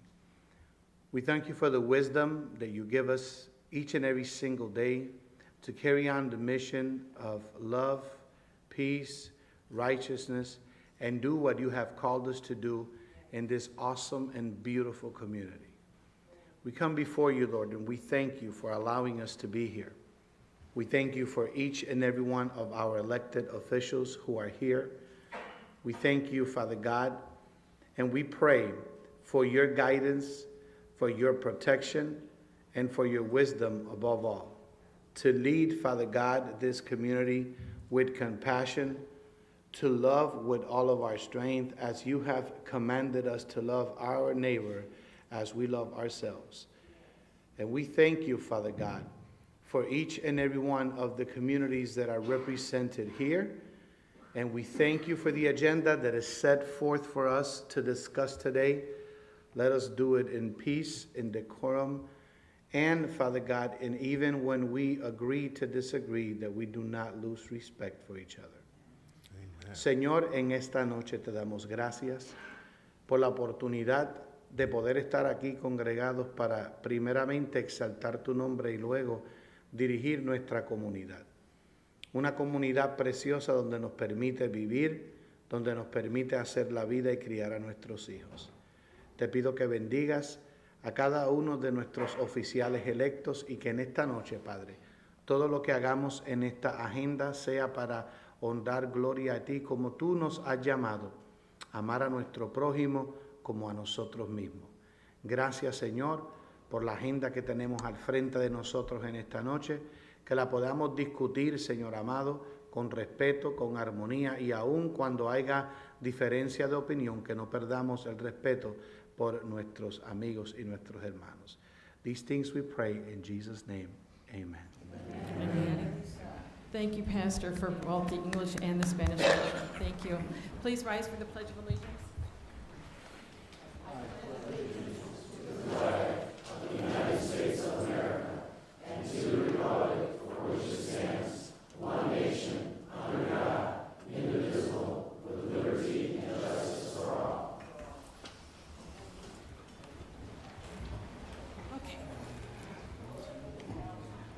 Now I'll go back to Mayor's comments.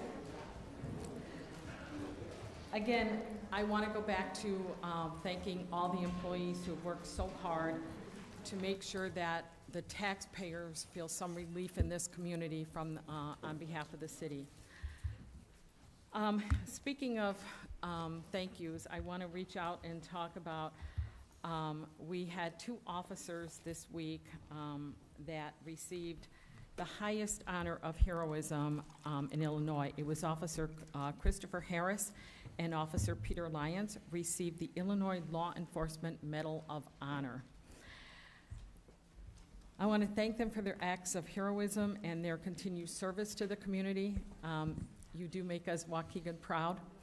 But I also want to talk to the police about how great they've been at solving some of our biggest homicides lately, and the dedication that they have committed and working so many hours to make that happen. And I also want to talk about, I don't know if some of you saw this in the community today because they were outside of City Hall and they've been around the city today. Community policing is going back to biking in the community. So you will see our officers not only in patrol cars, but you will see them back on bikes. And we now will have more than we've had before.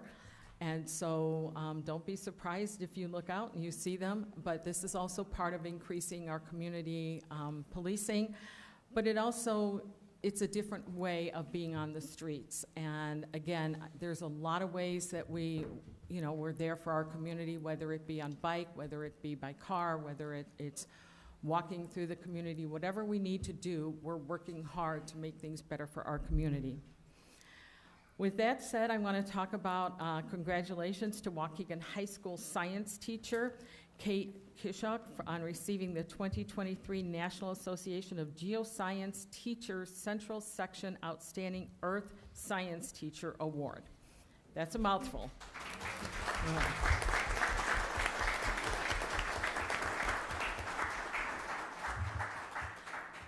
Her creativity and passion for experimental environmental learning transformed classrooms into adventures. And congratulations on being a true inspiration for Waukegan High School. Also at Waukegan High School, the JROTC drill team for anticipating in the intense 3-day competition of the Army and All-Service Nationals. The team placed 8th out of 80 teams. Our Waukegan Bulldogs took first place in unarmed duo, second in unarmed exhibition, second in unarmed inspection, third in armed duo, and third in unarmed expedition. Congratulations and go Bulldogs, way to go.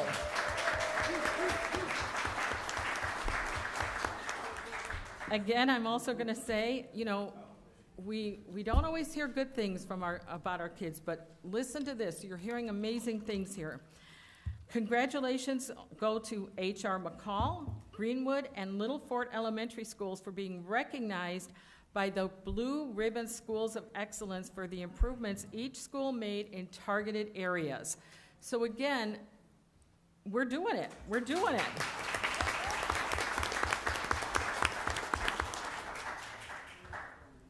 Juneteenth Journey is Saturday, June 17th. The journey is a guided bus tour of historic African-American sites throughout Lake County, leaving from the Waukegan History Museum Haynes House. More information is available on the table outside in the back of City Chambers. June 17th is also the Pride Drive and celebration in Waukegan. This event includes food, entertainment, and a decorated drive through downtown and the adjoining neighborhood. Everyone is welcome, and you can find more information and register your vehicle at waukeganfriends.org. Yet another event on June 17th is Art Walk. Many of you have been to Art Walk, but if you haven't been to Walk, come back and visit us downtown, and you can see Art Walk or read about Art Walk at artwalk.com. While it's not officially summer, the beach is open and the boats are back in the harbor, and this means that Yoga on the Lakefront is back on Saturday mornings from 8 to 9 at the Steiner Pavilion, which is 201 Seahorse Drive. Speaking of summer, in less than a month, it'll be Independence Day, so this year we have our American Independence Day Parade on Sunday, July 2nd, starting at 1 p.m., and we have our Independence Day fireworks on the 4th of July starting at 9:30 p.m. But please remember to arrive early for fireworks and be patient because there's always traffic congestion. Talking about fireworks. Fireworks are illegal in Illinois. Let's remember, I know they've already started. They started in my neighborhood 3 weeks ago.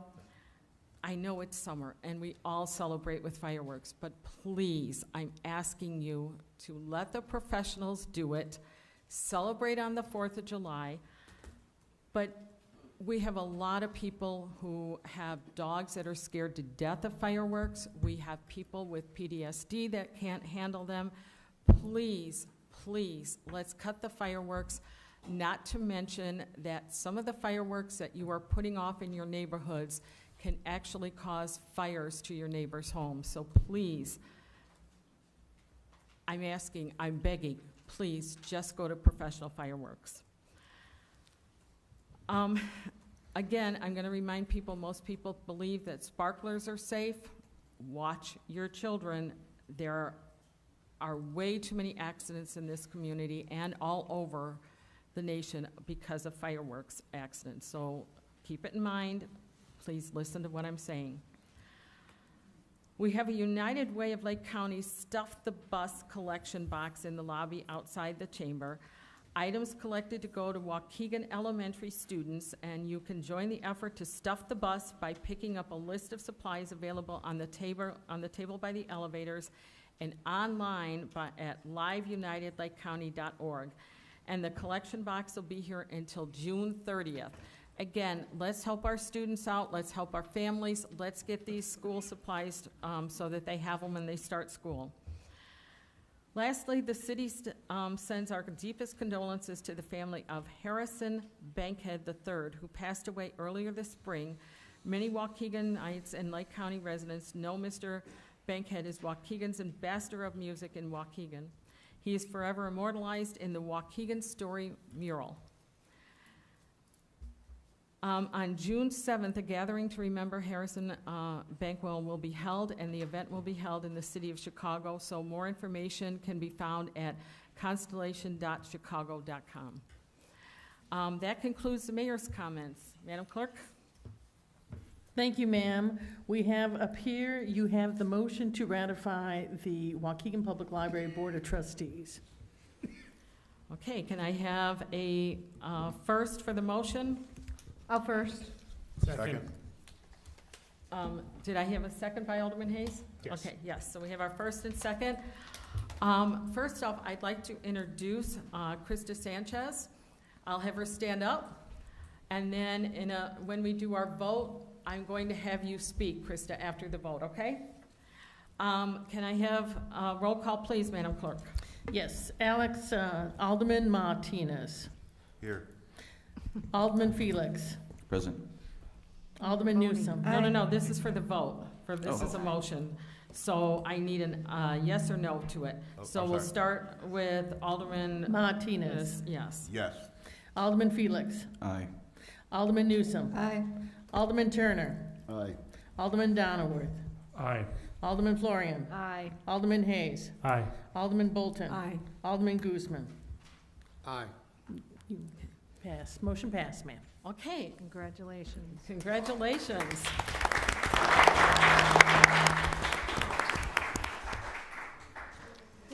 Thank you so much, everyone, for accepting my entrance into the Waukegan Public Library Board of Trustees. So I'm really excited. My background is everything to do with education and family and community resources, so I think the library is a really great place to start. Thank you. Congratulations. So we're just really pleased to have Krista on board and thankful to have somebody who is a parent, an active community leader, and just a very organized and thoughtful person who we've already connected with on a lot of issues and ideas for the library. If I may give a brief update on the library? Sure. Wanted everybody to know that the Summer Reading Club has started. It's from June to August 6th. We have reading logs in English and Spanish. You can also track online in English and Spanish. All we're asking you to do is check off a day that you spend reading. You can spend reading 10 minutes or 10 hours. And as you go along, you will be able to earn prizes, and especially for kids, your own book to keep as part of the summer reading club. Also, if you see around town, our library newsletter did go out, so hopefully everybody got that in their mailboxes, or if you see these signs, please scan the QR codes because we're doing a strategic plan, and this will take you right to both English versions and Spanish versions of our survey so you can give your feedback. Do you want to have yoga programs? Do you want to have a makerspace? Do you want to have teen volunteers? What is it? We want to hear from you.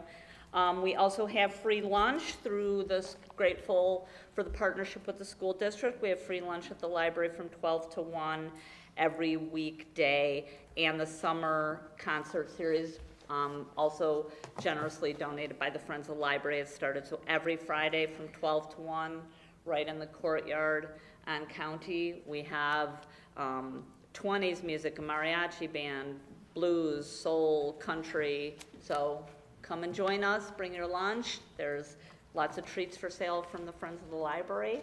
So we hope to see you there. Thank you. Congratulations. Thank you. So we have a number of proclamations, Mayor. The first one, I'm not sure if anyone is here, Community Action Month. Anyone here for Community Action? Okay. Okay. Mrs. Cunningham? Yep. Would you like to read it, Madam Clerk? And absolutely. Could you come up and do a picture with us? Okay. Okay. All right. Let me read it. Proclamation, May is National Community Action Month.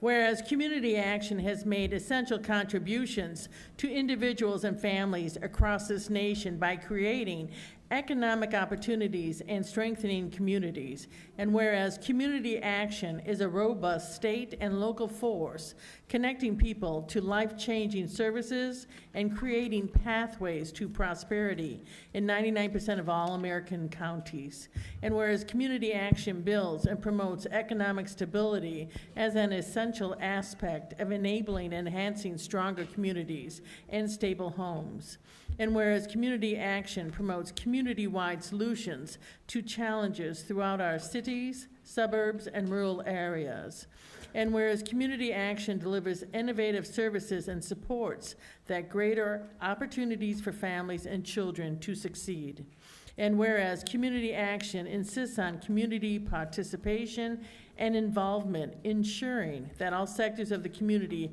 have a voice and will be heard. And whereas community action is celebrating 59 years of innovation, impact, and providing proven results for Americans. And now therefore be it resolved that Mayor Ann B. Taylor and the members of the City Council do hereby proclaim May is National Community Action Month. Thanks the Community Action Partnership of Lake County for taking an active role in bettering lives in our community, and encourages our community support their endeavors to reduce the causes and effects of poverty, promote self-sufficiency of families and individuals with low incomes, and improve the standard of living in Waukegan and Lake County. Be it further resolved that a suitably embossed copy of this proclamation signed by the mayor and city clerk be presented to Community Action Partnership of Lake County and read into the record and adopted the 1st of May, 2023.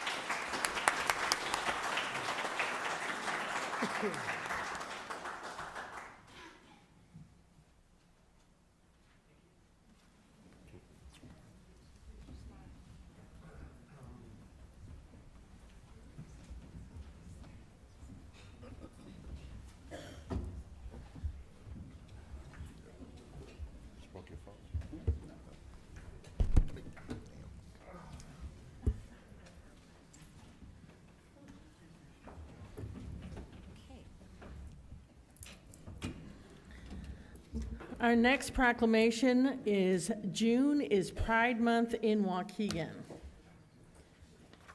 Whereas our nation was founded on the principle of equal rights for all people, yet the fulfillment of this promise has been long in coming for many Americans. Whereas the city of Waukegan cherishes the value and dignity of each person and appreciates the importance of equality and freedom. And whereas all are welcome in the city of Waukegan to live, work, play, and every family in any shape deserves a place to call home where they are happy, safe, and supported by friends and neighbors. And whereas the lesbian, gay, bisexual, and transgender community is an integral part of the cultural landscape in Waukegan. And whereas the diverse LGBTQ+ community contributes to the academic, economic, artistic, and social foundation of the city. And whereas communities across the United States and the world designate June as a month to commemorate the Stonewall riots that occurred in June 1969, which are widely recognized as a catalyst for LGBTQ+ rights movement. And whereas the landmark Supreme Court decision of 2015 guaranteeing marriage equality in all 50 states was a historic victory for LGBTQ+ Americans and continues to affirm that we are all more free when we are treated as equals. And whereas the city of Waukegan remains committed to protecting the civil rights of the LGBTQ+ community in an effort to help eradicate prejudice and discrimination and foster a better sense of understanding and compassion to all residents and visitors. And whereas the city of Waukegan embraces Pride Month as an opportunity to celebrate the harmony in which we coexist, and whereas the city of Waukegan recognizes the significant impact, direct investment, and the pride in Waukegan by the LGBTQ+ community. And now, therefore, be it resolved that Mayor Taylor and members of the City Council of Waukegan, Illinois, do hereby proclaim June 2023 as Pride Month to recognize the ongoing efforts and continuing contributions of the lesbian, gay, bisexual, and transgender communities in our city and beyond, and encourage all residents to respect and honor our diverse community and celebrate and build a culture of inclusiveness and acceptance. Adopted this 5th day of June, 2023.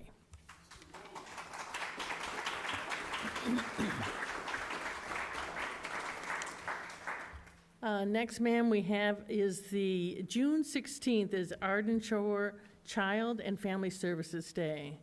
Do we have anyone here from there? I'm going to start reading.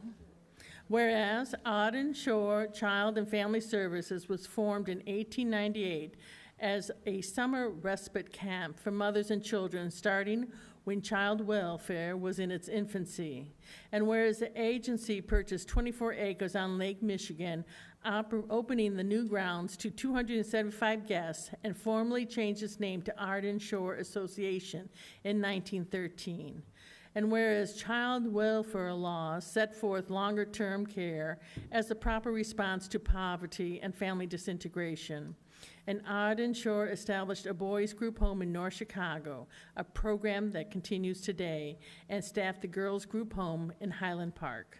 And whereas in the early 1990s, Arden Shore Child and Family Services opened the Residential Diagnostic Center to respond to the societal and economic changes that had radically altered the types of children entering the child welfare system.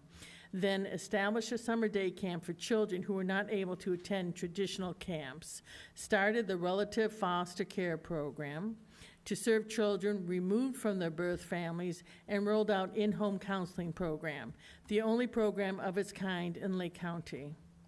Whereas in 2001, Arden Shore is accredited by the Council on Accreditation, attesting that Arden Shore meets the highest national best practice standards in delivering quality services to the children and families.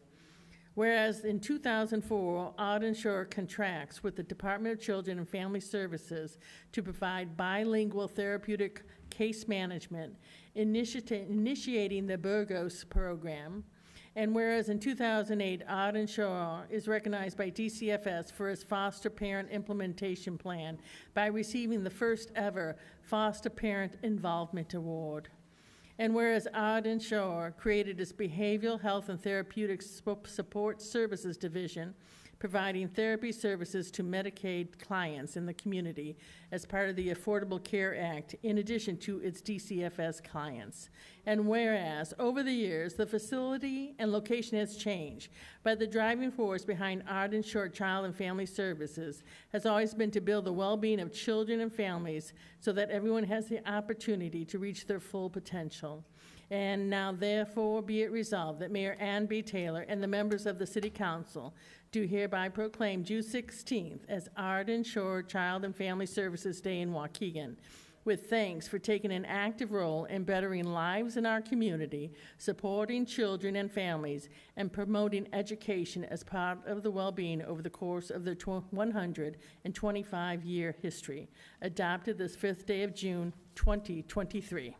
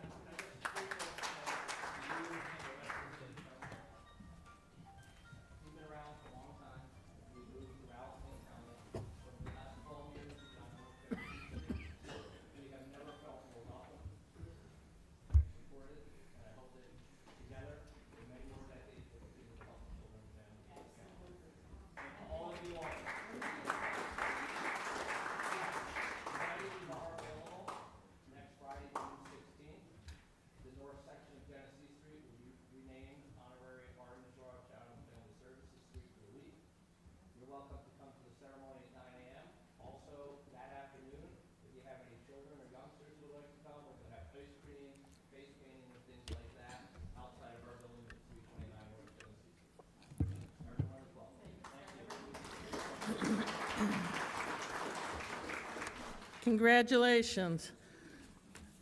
I was proud to be an educational surrogate parent for Arden Shore back in the 90s, so I know the good work they do. All right. The next proclamation is June 19th is Juneteenth in Waukegan. Whereas the United States is made up of people from every nation who are declared equal, not only in freedom, but also in justice, both of which are essential for a healthy human civilization.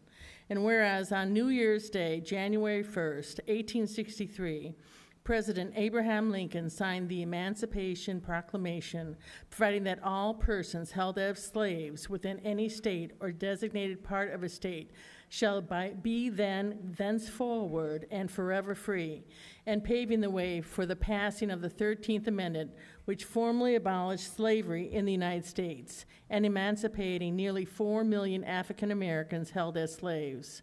And whereas word about the signing of the Emancipation Proclamation was delayed by 2.5 years to June 19, 1865, in reaching authorities and enslaved Americans in Galveston, Texas, leading to the naming and celebration of Juneteenth.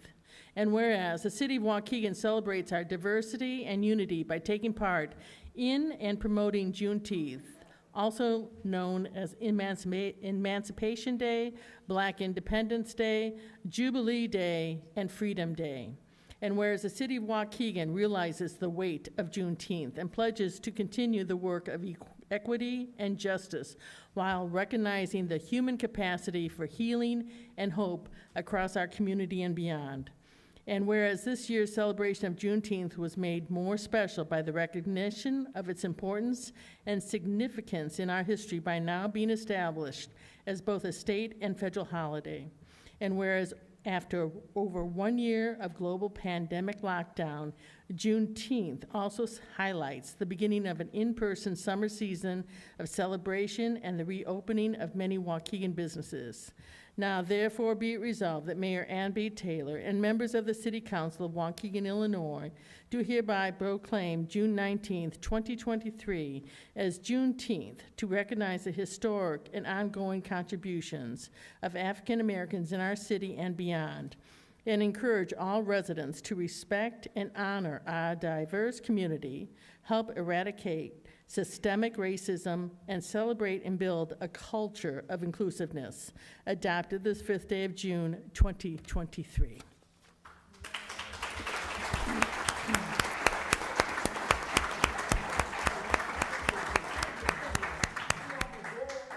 You want what? Okay, come on out. Yeah, we were looking for someone that. Because we got a lot of our elders up in here. This day couldn't be possible without a lot of y'all. So thank y'all.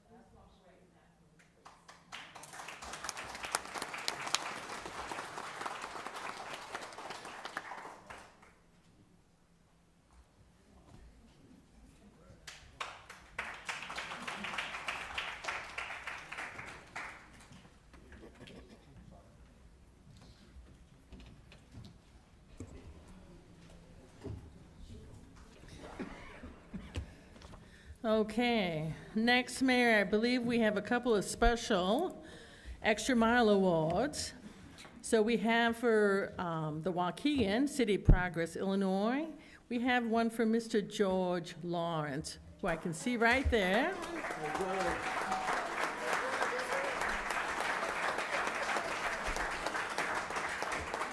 The City of Waukegan does hereby present George Lawrence this Extra Mile for Waukegan Award in recognition of his 60-plus years at Bertrand's Bowling Lanes, fostering the love of bowling across many generations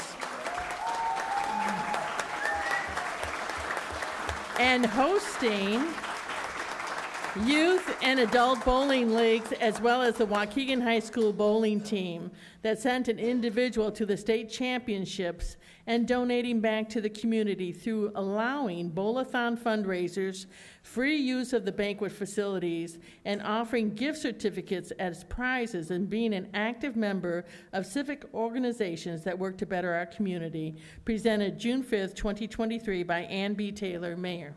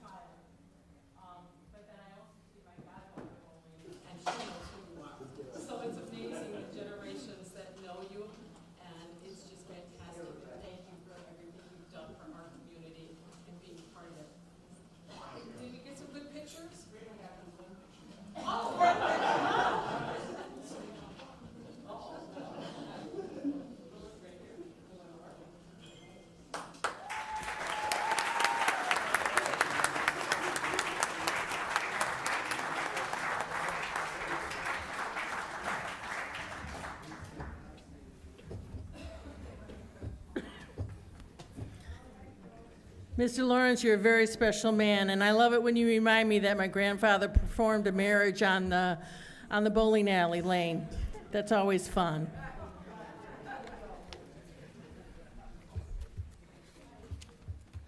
All right, we have another gentleman, Mr. Peyton Stewart.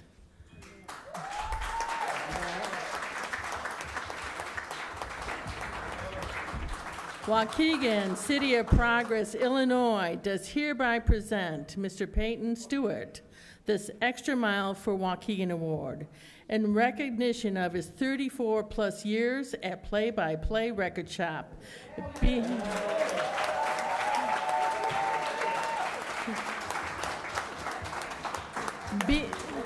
Being a mainstay on Grand Avenue through changes to the surrounding businesses and the community, offering musical inspiration and old school record store vibes well into music's digital era, helping young musicians sell their first records and always giving friendly and personalized service, whether to a one-time customer or his many repeat customers. Presented June 5th, 2023 by Ann B. Taylor, Mayor.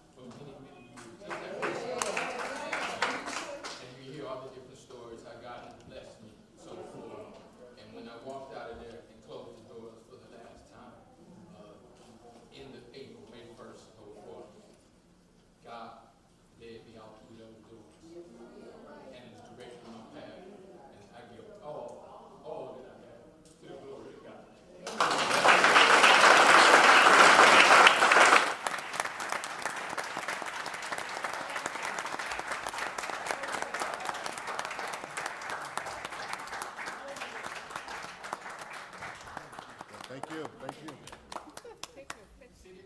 Y'all didn't have to do this, and I thank you. It wasn't necessary. I wasn't looking for anything. My reward is in heaven. Thank you. That's why you were so successful.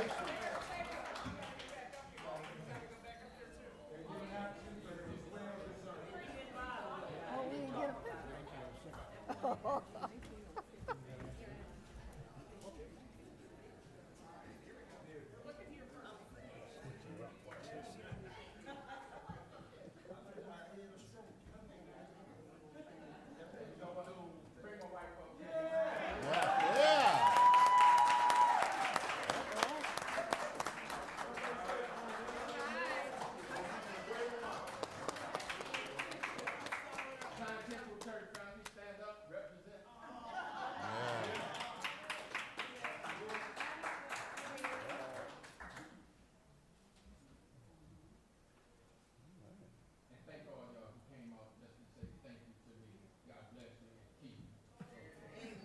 Amen. Thank you.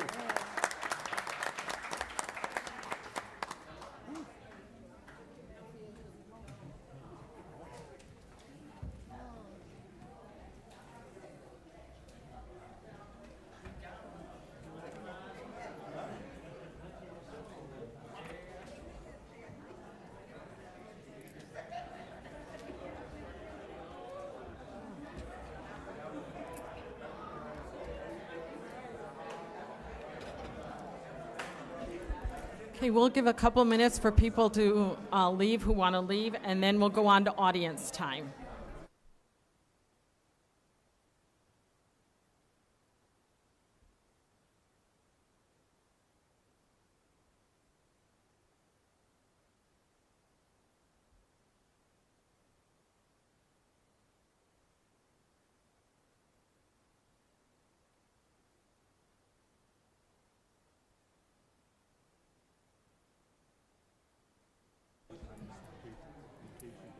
Okay, Madam Clerk, audience time.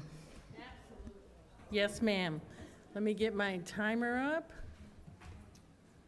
You have 3 minutes.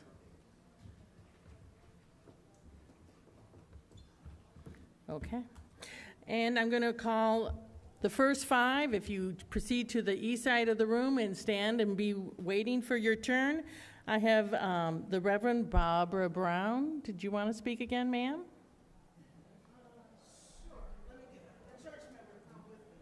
All right, then you got time. I got to read 4 more.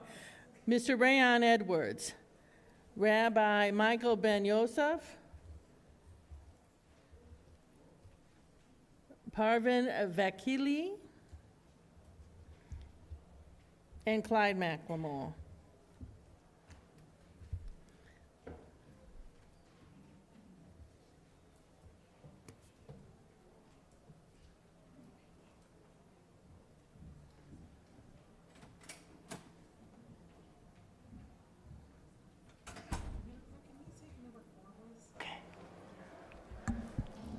Can you repeat who number 4 was?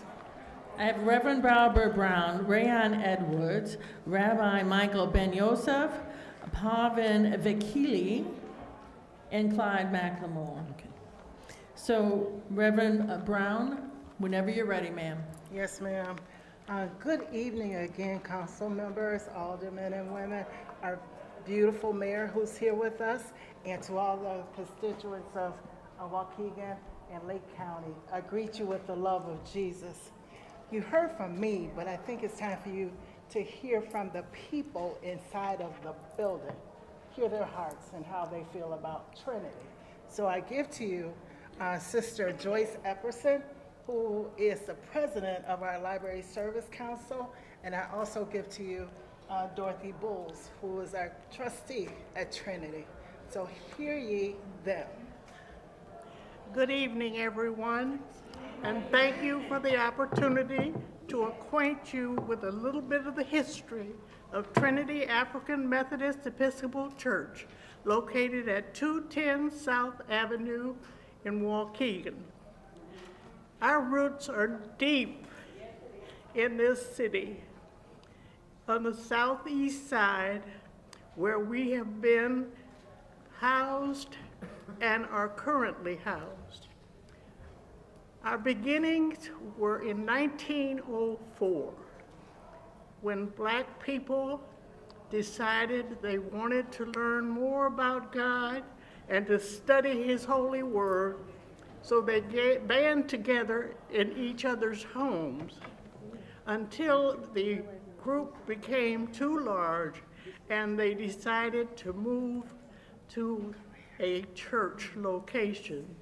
In 1941, they bought the property at 541 Oak Street in Waukegan, where they built a church, which was occupied from 1913 until 1957, when we moved to 210 South Avenue, where we're currently located.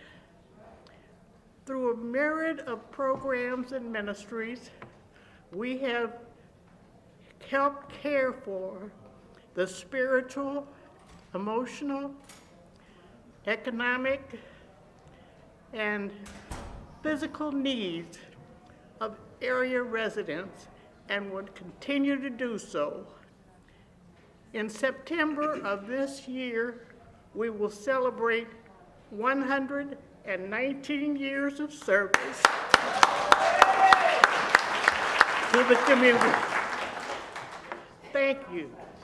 Thank you. Okay. So before you, let me state your name, and I'm going to start your time for you. My name's Dorothy Bowles. I am presently a trustee at Trinity African Methodist Episcopal Church. It's really an honor to serve the church in that capacity. It's my responsibility to help to see after the property to make sure everything is kept up well. I can remember back when we marched from our old location to our new location, and I'm hopeful that we've been a blessing to that community. We want them to know that we're there for them and that anything that we can do to make their lives better, it is our endeavor to do so. Thank you. Again, I'm a pastor of this fine church, and I approve these messages that you have heard here today. Thank you, ma'am. Mr. Rayon Edwards.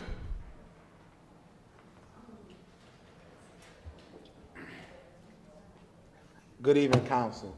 Just in case anybody was wondering, 45 years on the South Side and Trinity Church has been exactly who and what they say they are. This is the first time that I've seen Trinity Church pastor come in this room, because they don't even get into this type of stuff. So I implore y'all, do make that a landmark, because it do mean something to a lot of us that come from that way. As a kid, I remember being able to sit over there in the cubby holes with all my friends and things like that. So I thank y'all for all the service and things that y'all have done for over the years for us there on that south side of Waukegan. We would have been lost on a many a days without y'all. So I'm grateful. Thank y'all. Tonight I come here, as I always do, to advocate for my kids. You know, and as I come into this room, I'm always disappointed when we're fighting about simple, small things. And today we're fighting about the clerk's salary. But we're only talking about the clerk's salary. Right, Mr. Guzman? That's the only salary we're talking about. The only one. Of all the other salaries we didn't see, we're only talking about the clerk. I implore you new aldermen. We elected y'all to come speak on behalf of the people. Don't sit on this council and say that the people is worried about the salaries, because these people don't even understand the salaries. And I'm going to tell you the truth, because I'm out there a little bit more than all y'all. See, it's a part-time job for y'all, but it's a full-time job for us, because we got to live with it. We wake up to it. We got violence all around the city. Kids got nowhere to go, and y'all talking about a salary? Well, you want to talk about a salary? Talk about the salary that my kids don't get. All this money that's being paid out in the city, and y'all wondering why we can't stop death. You wondering why we can't curb the violence of shooting, the death of overdose. Sometimes I wonder, do y'all even really care? I ask myself, and I struggle with that. So on June 19th, at 12 noon, at Whittier and Webster School, I got an event for my kids. We're going to teach them about Juneteenth. We're going to teach them that it's not just a party. And I'm going to see how many of y'all show up. Because I want to tell y'all something. One day, those kids that I'm loving and fighting for, going to be sitting in those seats. Is we teaching them? Is we showing them? Because I promise you, all they want is to be loved. It's the easiest thing in the world. But we the leaders. And as long as we keep on fighting, what are we teaching them? Thank you, sir. Mayor, Mr. Rabbi Michael Ben Yosef. Mayor, can I interrupt for 1 second? Can we take the Trinity resolution out of order and let these people go begin their celebration, maybe by doing it now so they don't have to sit through the rest of the meeting? I think we have to go through audience time, and then we can move them up. Okay, all right.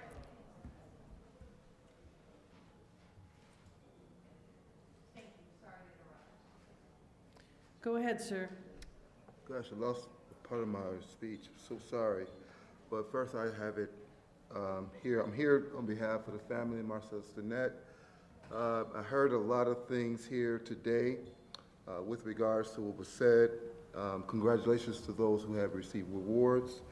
But at the same time, this council has failed to address the murder of Marcel Stinnett that was murdered by former police officer Dante Salinas. I've been here many times, and there has not been any installment or reform when it comes to your policing here in Waukegan.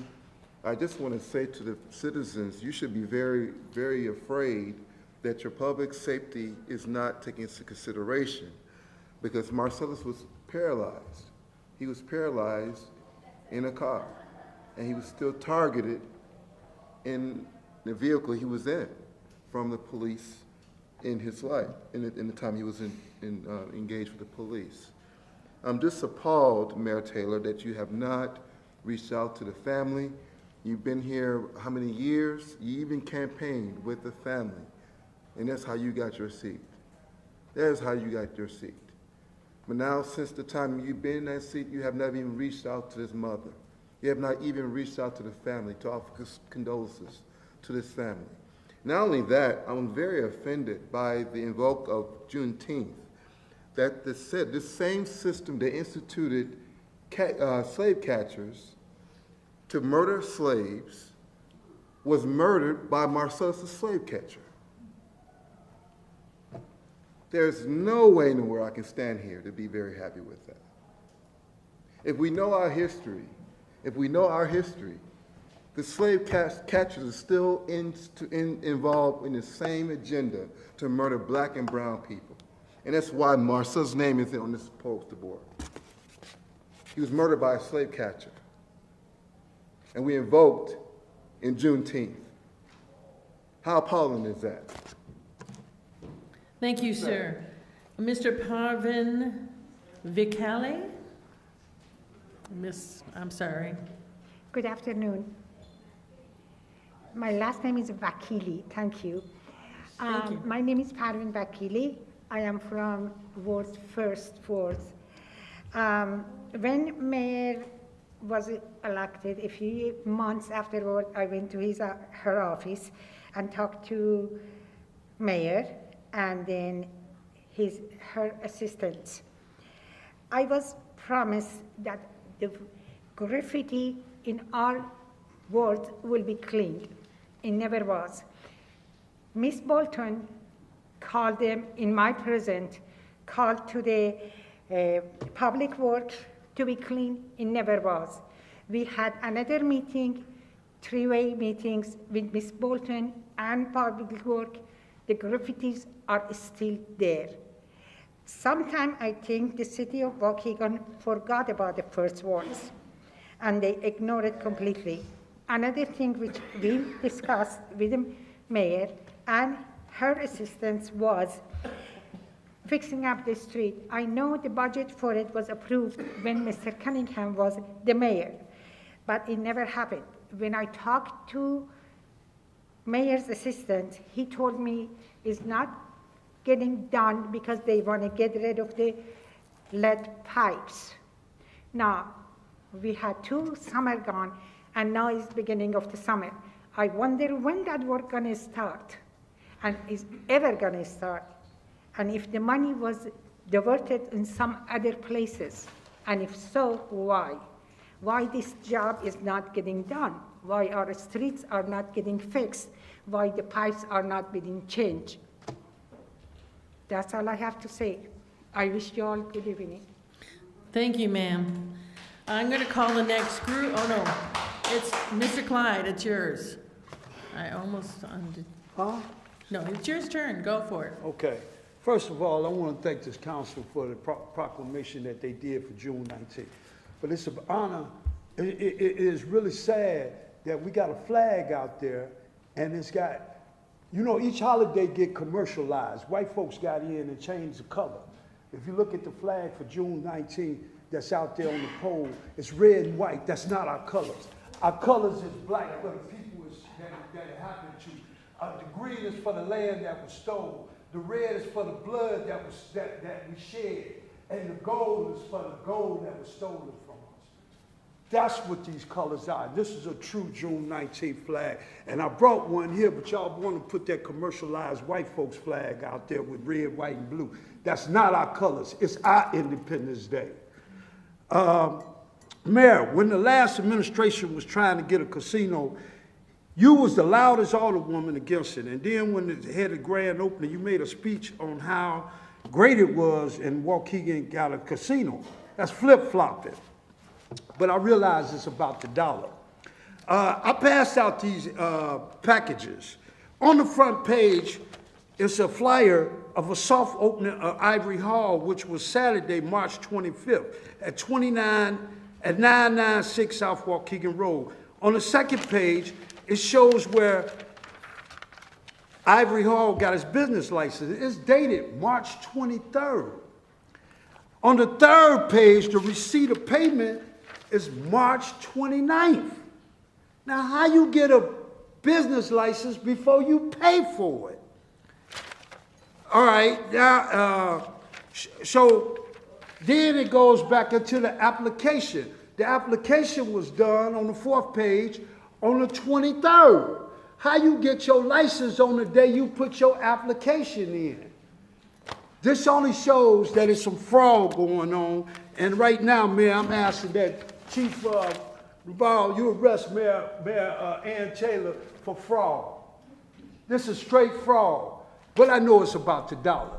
Also, I'm asking that Ivory Hall shut down and give it the right time till it's a complete investigation. And this is a marijuana dispensary here.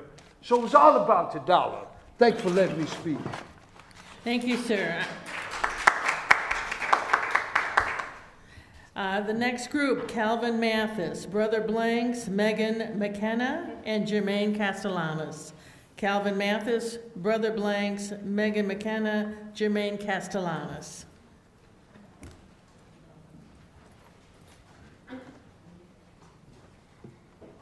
Good evening.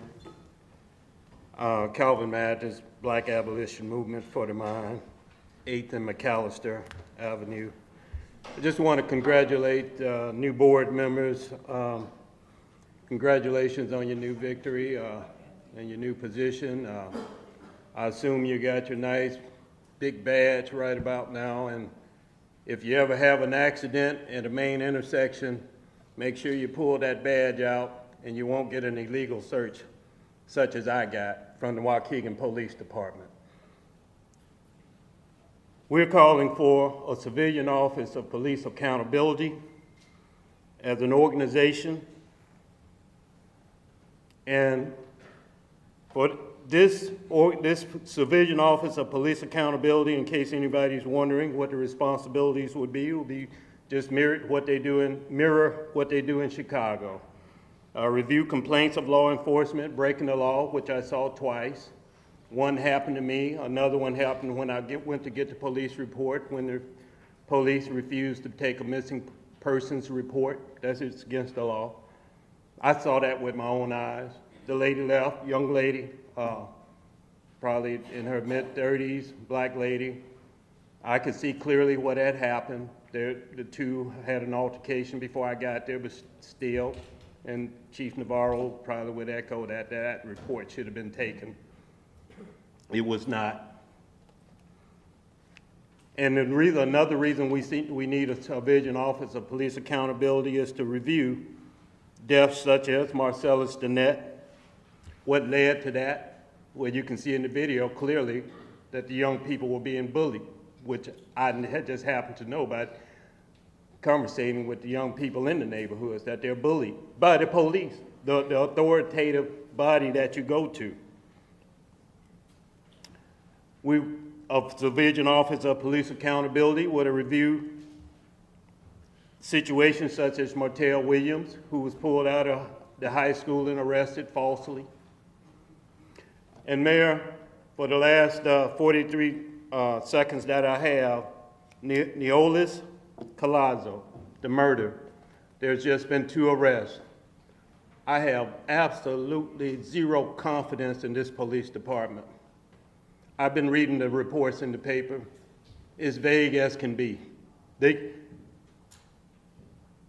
Chief Navarro, your name is not in that paper. We have another spokesperson. For a case such as this, your name should be on the front page. You're the spokesperson, you're the lead. You're the lead, Mayor. I'm worried, I'm concerned, because if you mess this up, you guys are just nothing to me. If you mess this up. Thank you, sir. Thank you. Brother Blanks?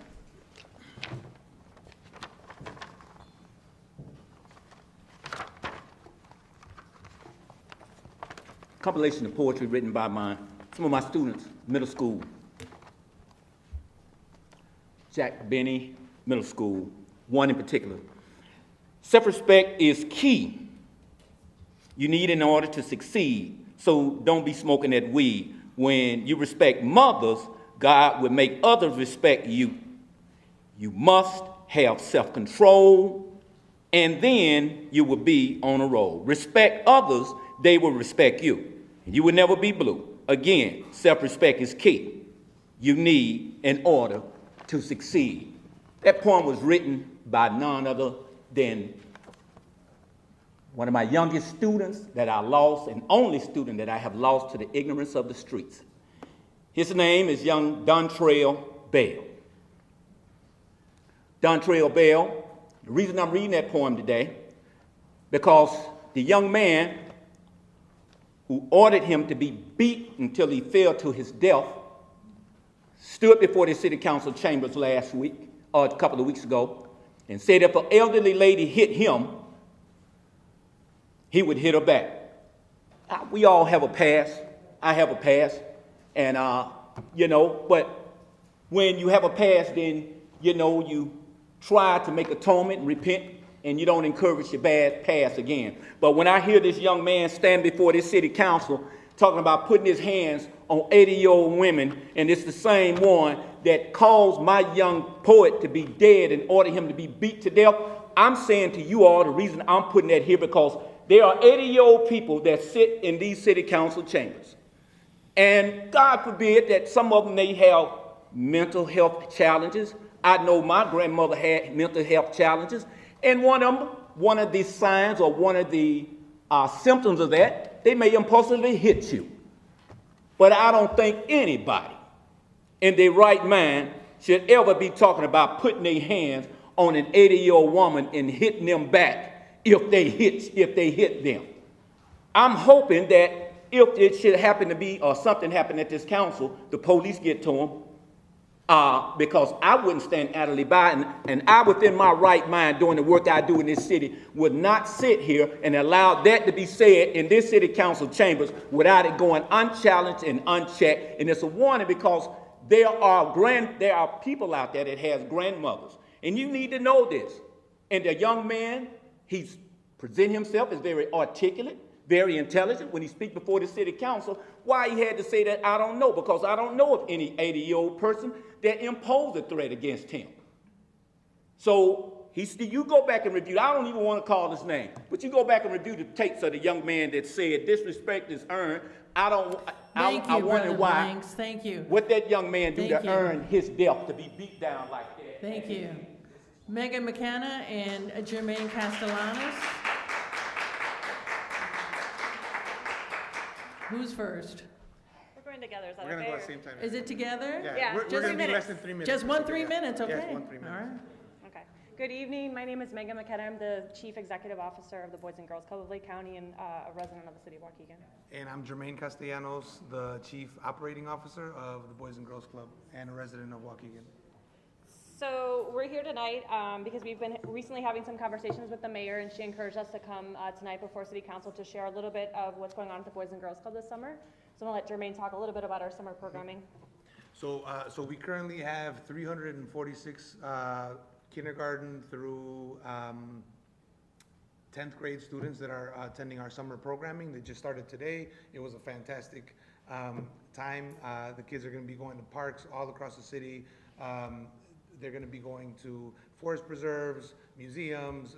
It's going to be a jam-packed summer. Our programs are research-based gun violence prevention strategies, and we're here in honor in observance of Gun Violence Prevention Month. So one of the activities that we have going on for June, and we've actually invited the city of Waukegan and other stakeholders in the community to join us.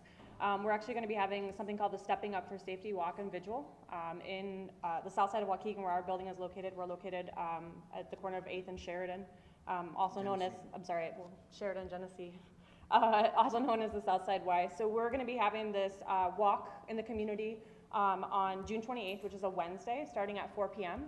And we are going to take a walk with community members, leaders, youth from the club, and walk peacefully around our block.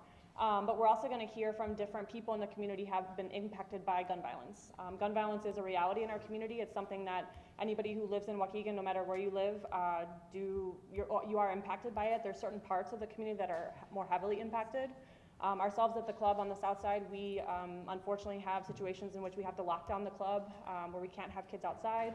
And we're tired of it. And I think you've already heard from other people today, and I think you hear from it probably from your constituents a lot, that people are really tired of it. And so our strategy, and just as a start of the conversation, is to bring people together, to stand together in unity, to say that we need to end gun violence in our community.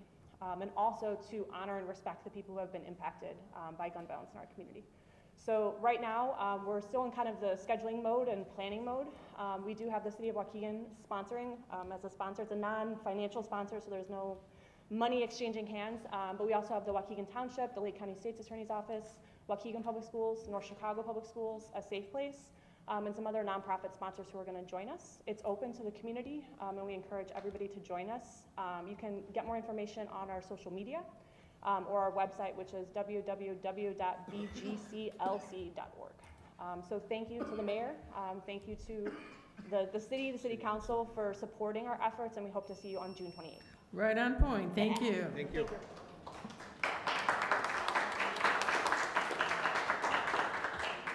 The next one I have, I believe they're together, Viviana Arzute. And are you with Elizabeth? I have Elizabeth, I can't read the last name, Marissa?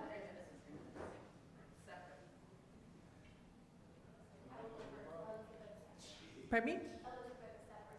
Oh, she's separate. Okay, so Viviana, go right ahead.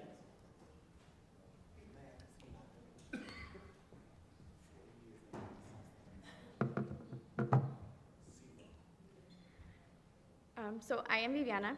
I am the Reina of Fiestas Patrias. I represent the festivals that are celebrated for the people of Latin America. It is with great pleasure to be here, to be able to speak to you. I have met some of you at some of the events that we have had as the Committee of Fiestas Patrias. And I just wanted to say that it is a great joy for me to be able to see many brown and black people in the council.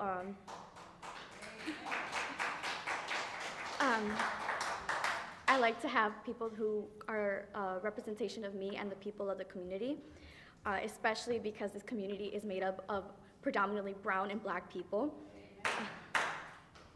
And with that being said, I'm sorry, I have to translate this because it was written in Spanish. I would like to petition that we have the opportunity to organize our parade in September to celebrate, to continue to celebrate the Fiestas Patrias.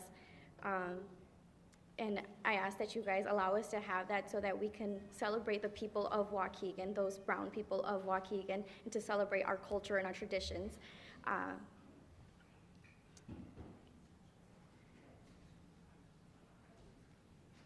It is also an opportunity for the young people, the young brown people of Waukegan, to be able to know and learn about their culture.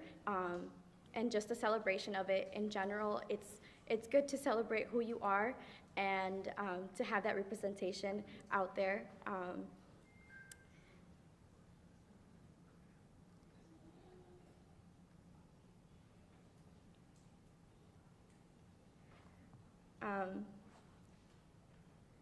But yeah, that's it. That's all I have. I'm sorry. Thank you.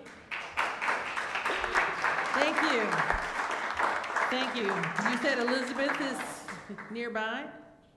Elizabeth? Elizabeth? No? I have another name that I think it's Margareta. Is there Margareta? That's Margareta? Sorry, I'm my daughter. You're Elizabeth or Margareta? Yeah, I'm Elizabeth.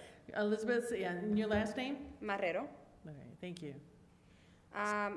So I am going to read a letter that was sent from one of the aldermen or senators from Mexico. It is in Spanish, so they did ask to read it in Spanish.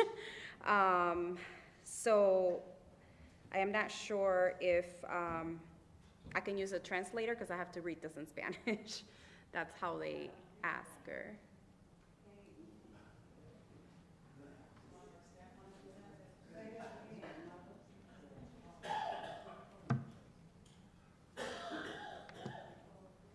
Sorry, they just asked me to read it in Spanish. So, okay. Estimada Ann Taylor, es para mí un gusto poder saludarla por este medio. Semanas atrás tuve el gusto de conocerla y estrechar su mano derecha personal y me pareció usted antes que nada una mujer a la altura del cargo que representa, lo que me llena de orgullo. It's a alder, I don't have the exact name of the person who did it, but it's a alderman or senator from Mexico. A senator from Mexico. He was said it was a pleasure to meet you, the mayor, Ann Taylor, and he seemed like you're a wonderful woman. Excuse me, sorry. Can you speak towards the mic? I couldn't hear you. Oh, me? I understood it in Spanish, but I couldn't hear you in English. Okay. Al ser nosotras mujeres de política, Us being women of politics, sabemos que nos toca entender y atender cada una de las necesidades de los ciudadanos que gobernamos. we understand that we have to take problems within the government that we in the city. Es por eso y a petición de la comunidad latina que habita en Waukegan, And that is why it's a petition from the community of the Latinos of Waukegan. me dirijo a usted para solicitarle de la manera más atenta To solicit from your attention su consideración para que se cumplan los acuerdos previamente establecidos, para que se cumplan los acuerdos previamente establecidos. Not sure what, when he was here, you guys spoke about some things that you would like to work together. Like an I'm not sure agreement? what that was, an agreement. I'm not sure what that is.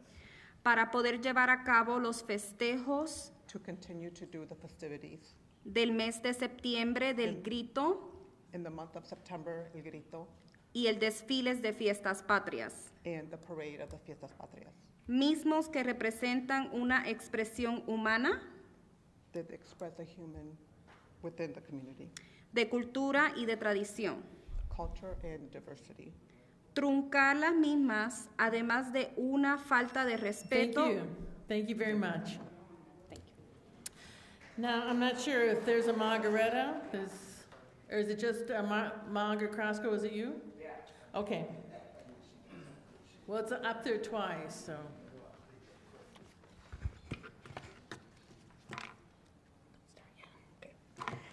Tonight, I would be directing my words specifically to Mayor Ann Taylor's own words. Here we go.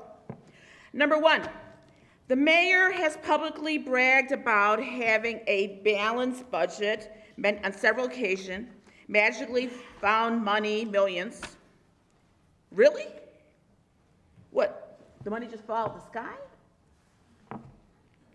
She never has told the taxpayers from where she got the money. And then it clicked to me. So I have this document, and you can go to the City of Waukegan's website, and it's called the Fiduciary Fund, better known as the Police and Fire Pension. Just so you know, there's very strict laws regulating, restricting mandatory reporting for this. And if you look at it, it ends at 2020. So the whole term that Mayor Ann Taylor has been in office, it's missing. No reporting. No repayment plan is published. So Waukegan cops and firemen, you need to ask Ann Taylor, did you use any of the monies from the pension fund to balance your budget? Did you ask the cops and firemen? Did you tell taxpayers? Why isn't there no reporting? How much have you repaid, if any? And I'm so glad tonight that we have here sitting in the first row, Illinois State Senator Adrienne Johnson, because she was present and witness in the same room with Ann Taylor when we were discussing to great extent about the plans, the community, because it's Waukegan community event for Fiestas Patrias, as we've done for the past 20 years. I got a text, Ann Taylor, saying she never knew we wanted to do it. You know, next, we were charged, extorted, I consider it, $6,000, illegally overcharged to the Waukegan Latino community unjustly. You knew about it, and despite that, you denied our application, and instead gave it to out-of-towners. Well, you know what? Fiestas Patrias is not for sale to Chicago people, to Round Lake people. It belongs to the community, and Waukegan people, we ain't going anywhere. We're gonna do it, and we are here, and this is our community for the next 100 years. I ask for support from our aldermen. Thank you. Thank you. Mayor, that concludes the public portion.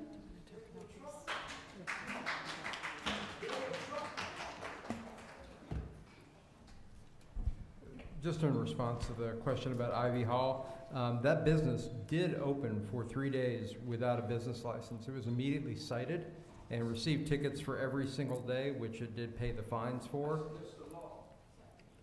There are plenty of businesses that unfortunately violate not having a business license. They receive tickets and they go through the Mr. Adjudication process, which is exactly what happened here. 3 times 4 days, right? Because it was 7 and I got it at home on my calendar. So I went and purchased the very first day it opened. So let's be honest. Don't get up here a lot of these people. Y'all be honest. 3 days it was open. Because I've been there every day since then. They should shut down until this complete investigation. They chose to pay the fines. They were told about it. If you notice that there was no representation for their quote-unquote opening until such time as their license had cleared. No. When they had a business license, and only when they had a business license. So you can, if you're gonna fact check, fact check. But we're not gonna debate this here. This is what happened, is that they put out a soft opening. They were told that no city officials would be there because they had not completed their business license accurately. They had an inspection. There were things that were still outstanding. They needed another inspection. They misunderstood that. They opened, they were fined immediately, and they paid their fines. And when they received a business license, they had an opening from the city. So we're not debating this here. This is not a you had audience time. We are just responding to what happened. They received all their paperwork after they had their opening. If you'd like, you can check with Mr. Sellis and pull everything out, but that's the facts of what happened. And we don't do openings until we can verify that people have their licenses, because businesses tell us all the time, oh yeah, I have my license, and they don't particularly have the I's and the D's and the T's crossed. So, no, we did not. So, we're moving on to the next thing. One thing I will say is, if there is only one application so far that has been put in for a parade, they put in early in January, and currently they are the only ones who have a parade that has been approved. They were due, people could put in for anything, including block parties, could put in for any special events as of January 9th. Not only is that advertised, but it's been advertised here. If you put in an application after that, we take every application under consideration, but a date for that parade in September was put in for, I believe, September 17th, and they put that in on January 9th. So I'm just telling you what they put in. We're moving on to new business or consent items.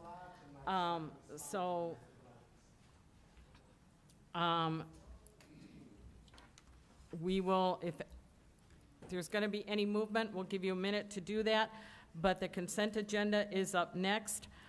Can I have a motion to approve the consent agenda? Motion. Okay, who was first? Alderman Martinez, and second? I'll second. Okay. Now, Who's the second? Martinez, and who was the second? Alderman Florian did have the procedural request to move forward the AME. Oh, yes, okay, I'm sorry. So that would require a Yeah. quick motion to amend So, the before agenda. I will take the consent agenda one off for now. We will have a motion to move, what item is it? Item H? Did she get two other aldermen to agree to put it on the agenda? That's the new rule, right?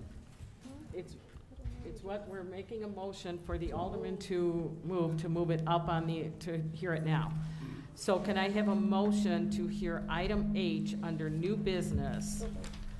Alderman Newsome, second? I so move. Okay, so it's Newsome and Bolton. So Okay. Mayor, is this the only one that's going to be heard correctly? It's the only one that's going to Okay. be heard right now. Thank you. Yes. Okay. Voice vote. All those in favor? Aye. Aye. Just to move it, so now you're calling the Yes. motion. So now I'm calling the motion for item H. It's an ordinance approving the Historic Preservation Committee calendar number L1-23, the proposed landmarking of Trinity African Methodist Episcopalian Church located, or I'm sorry, not Episcopalian, Apostolic Church, located at 210 South Avenue. The matter was presented in the Community Development Committee on June 5th, 2023. Any questions to that motion? Can I have a first and second to that? I so move. Second. Okay. Newsome and No. Bolton. Was it Bolton? Turner. Okay, questions? Who's Sorry. first and who's second? I first, It was Bolton. Bolton first, Bolton first, Newsome Turner second. second. Oh, I It didn't. was Okay. Newsome second. Okay, roll call please, Madam Clerk. Alderperson Martinez. Aye. Felix. Aye. Newsome. Aye. Turner. Aye. Donenworth. Aye. Florian. Aye. Hayes. Aye. Bolton. Aye. Guzman. Aye. Aye, sorry. Motion passed, ma'am. Thank you, Madam Clerk.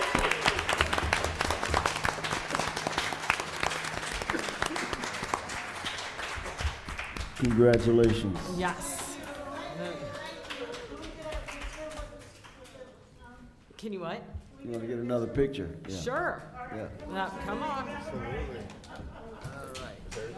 Congratulations.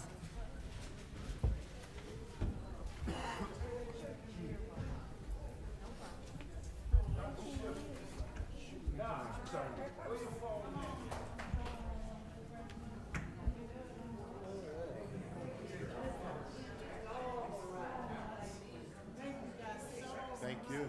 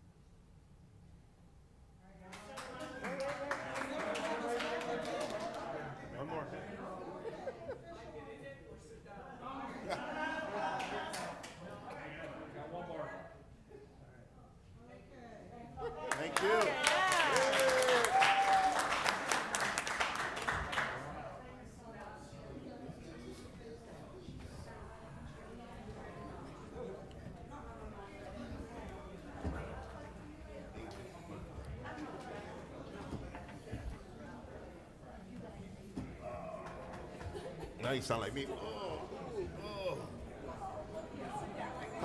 How old are you? Man, I'm gonna smack y'all. Wait, you know what? I wish I would look like you. Oh, shit. Okay. Thank you so much, ma'am. Thank you.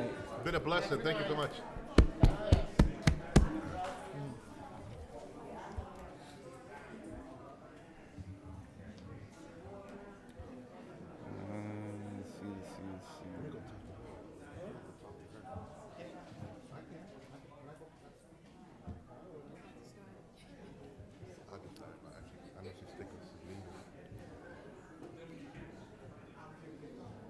Okay, we will give one more minute for clearing out, and then we're back to business. Great. All right, buddy. Take care. Great. Hey, when is that Southside get together? Is that on 16th? What Val King was promoting? It was what? Is it 16th? Okay, we're going to go back to business. Let's go back to item number 4, consent agenda. Again, I'll do this over so there's no confusion. Can I have a first and a second to hear all items on the consent agenda? Mayor, I'd like to hold and pull over a couple of these items. Okay. I'd Just like to put a under motion. consent agenda, though. We have some silence in the chamber. I can hardly hear from all this conversation. Okay, so is it something on the consent agenda you want to pull out? Yes. Yes. What item? 4B. 4B, okay. Okay, so anything else on the consent agenda alone? No, that'll be it. Okay, so can I have a motion under the consent agenda to hear items A, C, D, E, and F? I'll make that motion. Okay, Alderman Turner, a second? I second. Alderman Bolton. Okay. Item A, a motion to approve the regular meeting minutes from Monday, May 15th, 2023. Item C, a motion to approve regular payroll dated May 19th, 2023, and a total amount of $1,769,172.20. Item D, a motion to approve miscellaneous payroll, paid holiday payback, CT cash out, vacation cash out, SEIU uniform allowance, retro final payout, and fiscal year-end bank cash out dated May 19th, 2023, and a total amount of $386,683.85. Item E, a motion to approve vendor payments dated June 5th, 2023, in the amount of $4,264,601.91. Item F, a motion to approve regular payroll dated June 2nd, 2023, in a total amount of $1,830,667.19. Any questions to those items? And again, that's A, C, D, E, and F. There being no questions to those items, roll call, please, Madam Clerk. Alderperson Martinez. Aye. Felix. Aye. Newsom. Aye. Turner. Aye. Donnerworth. Aye. Florian. Aye. Hayes. Aye. Bolton. Aye. Guzman. Aye. Motion passed, ma'am. Thank you, Madam Clerk. Item B, is there a reason that you want it pulled out, or what do you want to do with that? I mean, Actually, I want to put a motion to hold it over for another meeting, because when we originally did this, okay, I've already had 3 people call me up on this, okay? I'm the one who actually told Alderman Turner, let's go for it. I would do it for him. But, I mean, have we even, because it was supposed to go to infrastructure and public works. So it went there. And then the questions were, okay, so what is going to be the criteria if this ever comes up? So I've already had like 3 or 4 people come up to me, okay, so if he's doing it, why can't I do it? They and can do we it. have no structure in place, and I don't want every street named by every other person. And with 3 people calling me, I have to hold this over till Okay, so we if we get this cleared up. Do we have to have a second on a holdover? So once again, the Waukegan Code allows for one alderman to hold something over to the next regular meeting unless there's a 2/3 vote to overrule that. So there's a motion to hold over. If someone would like to make a motion to either vote to overrule that or let it stand, then it would appear on the next meeting, either on consent or on new business. I'd like to make a motion to overrule the holdover. Okay, do you have a second to that? I have one question. Sure. How long have we been talking about this?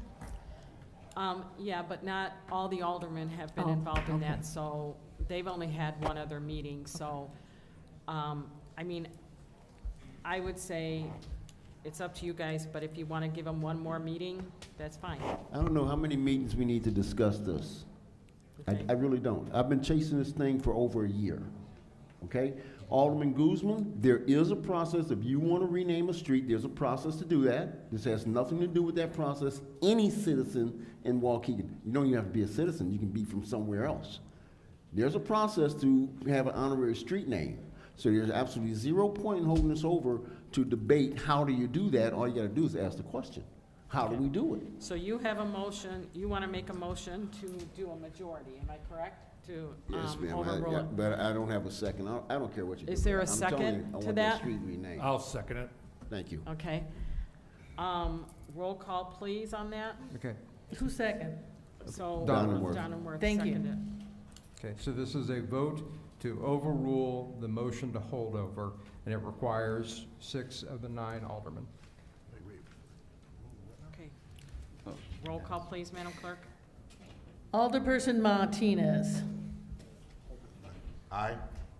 So you want it to be heard tonight? Oh, no, I'm sorry, I want to continue. Okay, so what we're voting on, Yeah, we sorry. want to make it yes. clear. So, okay, so aye means hear it tonight. Okay. Nay means allow the holdover to stand and it'll be heard at the next meeting. I apologize, nay. Felix. Nay. Newsom. I'll say nay just to respect the alderman's holdover. Turner. Aye. Donnerworth. Aye. Florian. No. Hayes. No. Bolton. No. Guzman. No. Nays have it. Okay, so it'll be held over to the next meeting. Great, thank you. And given that it's been discussed, we'll put it on old business. Okay. There being no reports and communication or old business, on to new business. Can I have a motion to do an omnibus? So moved.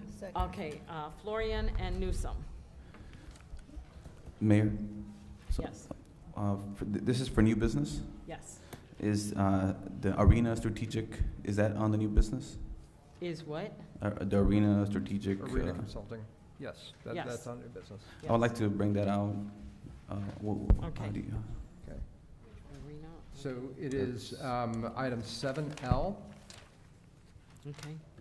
And then, given that Alderman Guzman is required to recuse himself from matters dealing with liquor licenses, do we have? No, we don't have any Oh, liquor those don't pass, licenses. okay. Yeah. So, Okay, so we'll just Strike pull that. out L. Okay. Yeah. So can I have I've done the motion, right? I'm getting confused here. So we did the motion. Mayor, I'd like to hold over a couple more. Let's do. So we're just pulling them out. We're not holding them over, right? Yes, pull them Okay. out. 7C, 7D, and 7E. And E. Okay. mowing goods. C, C, D, and E. and E. And then L. Okay. So this is, Yeah. okay, so this is, yeah, okay, so we had a motion for omnibus. We have a request to pull those out. So that's basically a motion to amend the omnibus. Yes. That can be approved by a voice vote. So who made the original motion for the omnibus? Florian, and then seconded by Newsom. Okay, so Alderman Florian? Yes. Do you consent to the amendment? We'll just do this as a consent. Do you consent to the amendment to your motion to remove C, D, E, and L? I do. Okay. All right. Okay, item A, a resolution approving and authorizing the proper city officials to award the waste hauling RFP to Lakeshore Recycling Systems for residential waste collection services beginning December 1st, 2023, and end on November 30th, 2028, based on the attached pricing, which you've all seen. The city is in agreement with the most favorable amount submitted by LRS for $25.60 per month per household for the start of the contract. This matter was presented to the Public Works and Infrastructure Committee on June 5th, 2023. Item B, a resolution approving and authorizing the proper city officials to award the bid for the 2023 annual commodities concrete portion only to Ozinga for the highlighted pricing on the bid tab. It is anticipated that an amount up to $125,000 may be spent for the bid. This matter was presented to the Public Works and Infrastructure Committee on June 5th, 2023. Item F, a resolution approving and authorizing the proper city officials to allow leak detection services performed by M.E. Simpson per Section 2-458I3 joint purchasing for a not-to-exceed amount of $40,000. This matter was presented to the Public Works and Infrastructure Committee on June 5th, 2023. Item G, a resolution approving and authorizing the proper city officials to enter into a contract with Office Plus for the purchase of office furniture for the Public Works per Section 2-458I-3 joint purchasing for a not-to-exceed amount of $37,120.84. This matter was presented to the Public Works and Infrastructure Committee on June 5th, 2023. Item I, an ordinance approving the purchase of real property located at 623 South Genesee Street in the amount of $40,000. This matter was presented to the Community Development Committee on June 5th, 2023. Item J, a resolution authorizing the IT department to purchase professional services and material support of the council chamber's audiovisual system for AVI Systems LLC. This matter was presented to the Community Development Committee on June 5th, 2023.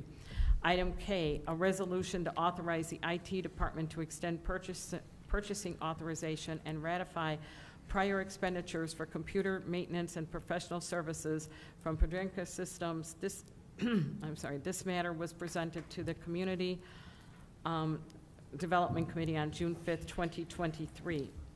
Item M, a resolution approving the execution of agreement by mayor on behalf of the city of Waukegan with the public entity professionals of Alliant Insurance Services, Inc.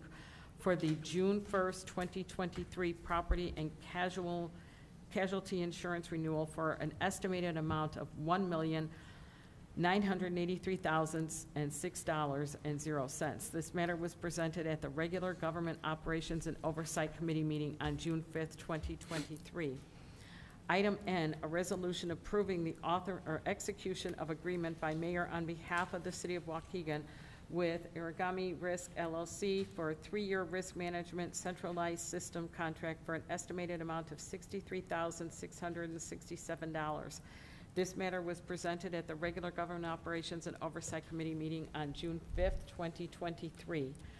Any questions to those motions? No. Okay, roll call, please, Madam Clerk.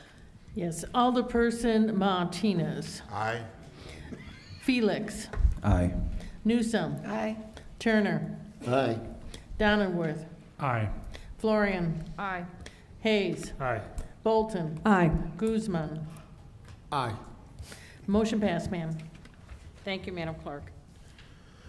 Item C, there is going to be discussion. Alderman Guzman, do you want to? Okay. Okay, the reason why I'm pulling. Well, we're going to do first and second to the motion first, and then we'll do the discussion. Can I have a first and a second? I'll make the first. Alderman Turner, second. Alderman Newsom. Okay, discussion. Go ahead. So we're starting with 7C, correct? With C, yes, under Okay. 7C.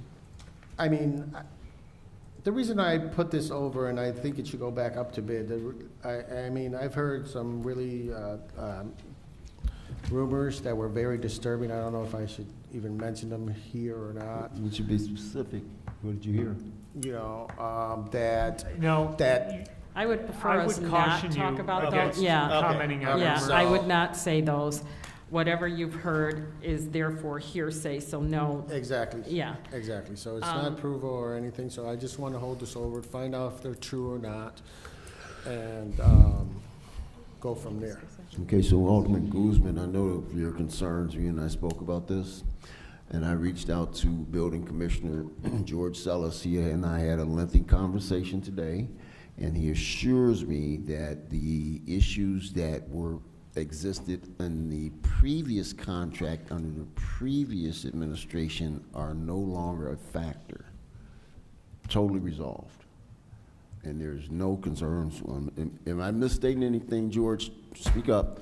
He has zero concerns about moving forward with the contract. And I had questions, and that's why I asked him today. And he put my mind at rest, and I'm totally confident in his judgment on this. So I'd like to move forward with the vote. Did you want to hear from the Director of Public Works or not? Well, this would be under the building department. This is, No, it's grass cutting. yeah. It's Public Well, Works. yeah, Public Works, but they'll be doing it at behest of the Yeah. building department. So you want to hear from the director, Joseph? Actually, I do. Thanks. Make sure everything's up. Okay, let's bring both Chris? Mr. Sellis and Director Garland up. We'll bring you up together.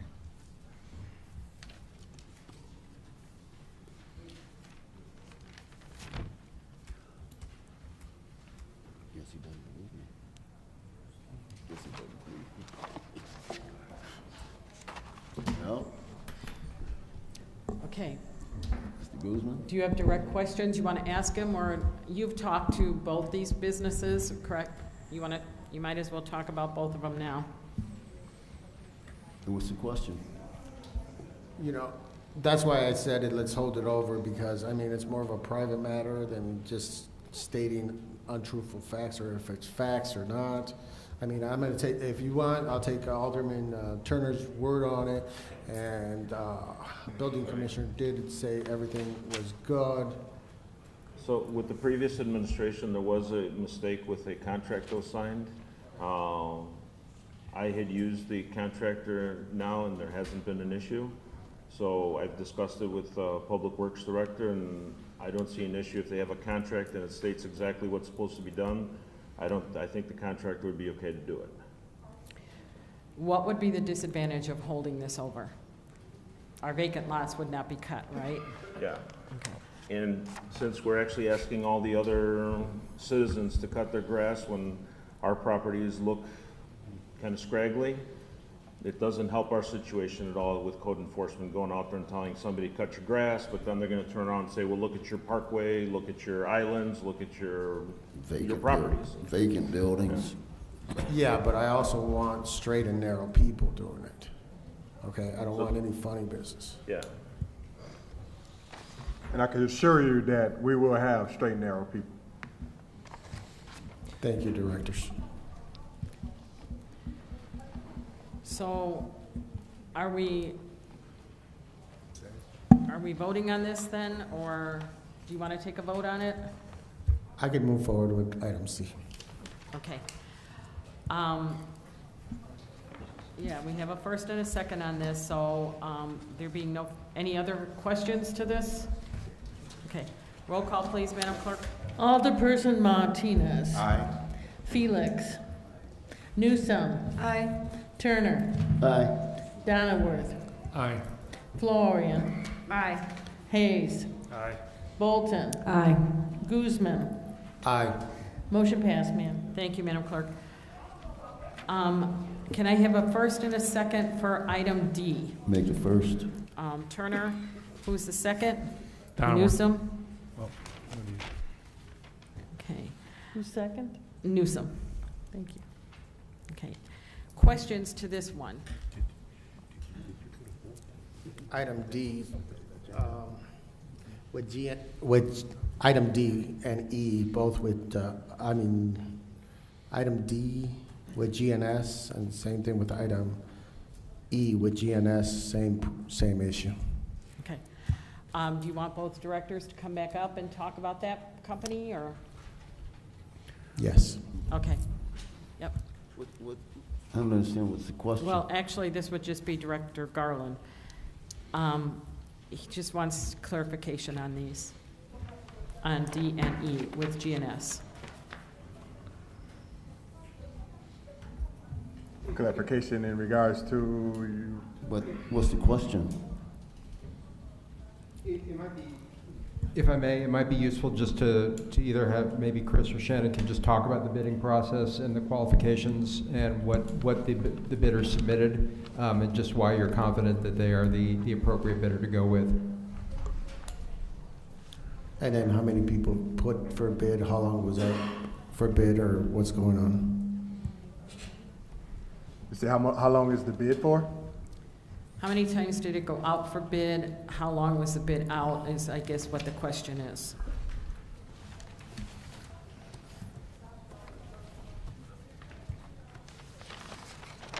Okay, we originally went out to bid for this in April without receiving any bids, so we had to rebid it.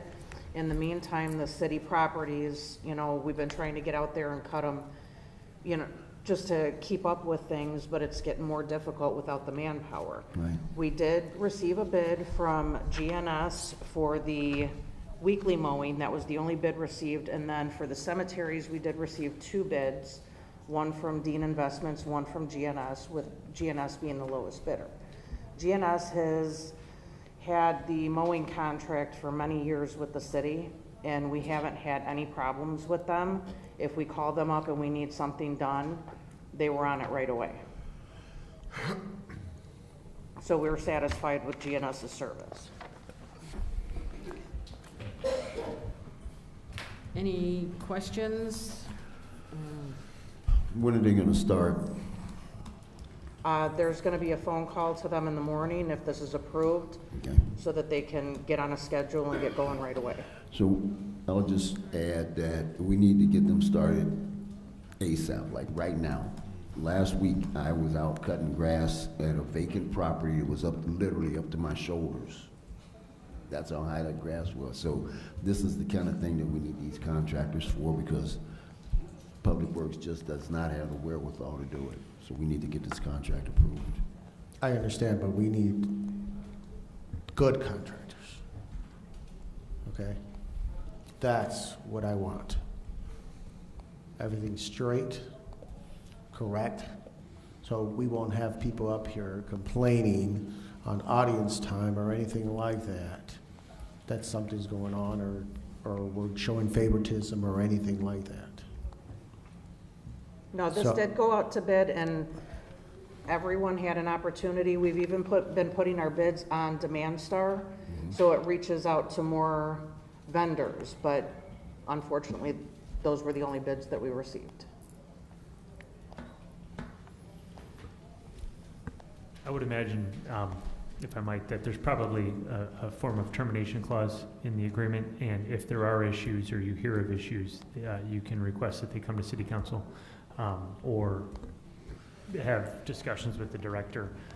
To Alderman Turner's point, like, whatever the issue is, like, you're concerned, and I completely respect that. I really do. I think we need to get people started with, you know, reinforcing the city services that we promise taxpayers that they're going to get. However, if you have concerns, I strongly recommend bring them back before City Council and ask them hard questions. That's your prerogative. So there are alternatives if we approve tonight to making sure you get the answers you want in the future, or potentially recommend some form of termination. And that's the whole thing, that I want the city to receive its correct services and everything, and make sure everything's done. Have we had problems with them in the past? No. No, we haven't. And each bid that went out, there were 4, it was split up into 4 different bids. There are pictures with the locations and specifications on what they have to do at each one. If this went up to bid, how long will it take? With the bidding process, for it to be up for the minimum of 11 days and then waiting to take it to council, probably looking at another month and a half. Can I just say something? I mean, we're supposed to be leading through example, right? So, I mean, let's expedite this, because I'm getting complaints of my neighbors that the grass is all high, and now that we know what we know now, let's be more cautious or more conscious of what to look for. But holding it over, I mean, this is ridiculous. I agree with Alderman Turner. It's got to be done. You know, what we're going to wait for, another 3 or 4 weeks? You know, we are supposed to be leading through example, so we need to hold on to that. And waiting more or going back and forth, I mean, it's just too much.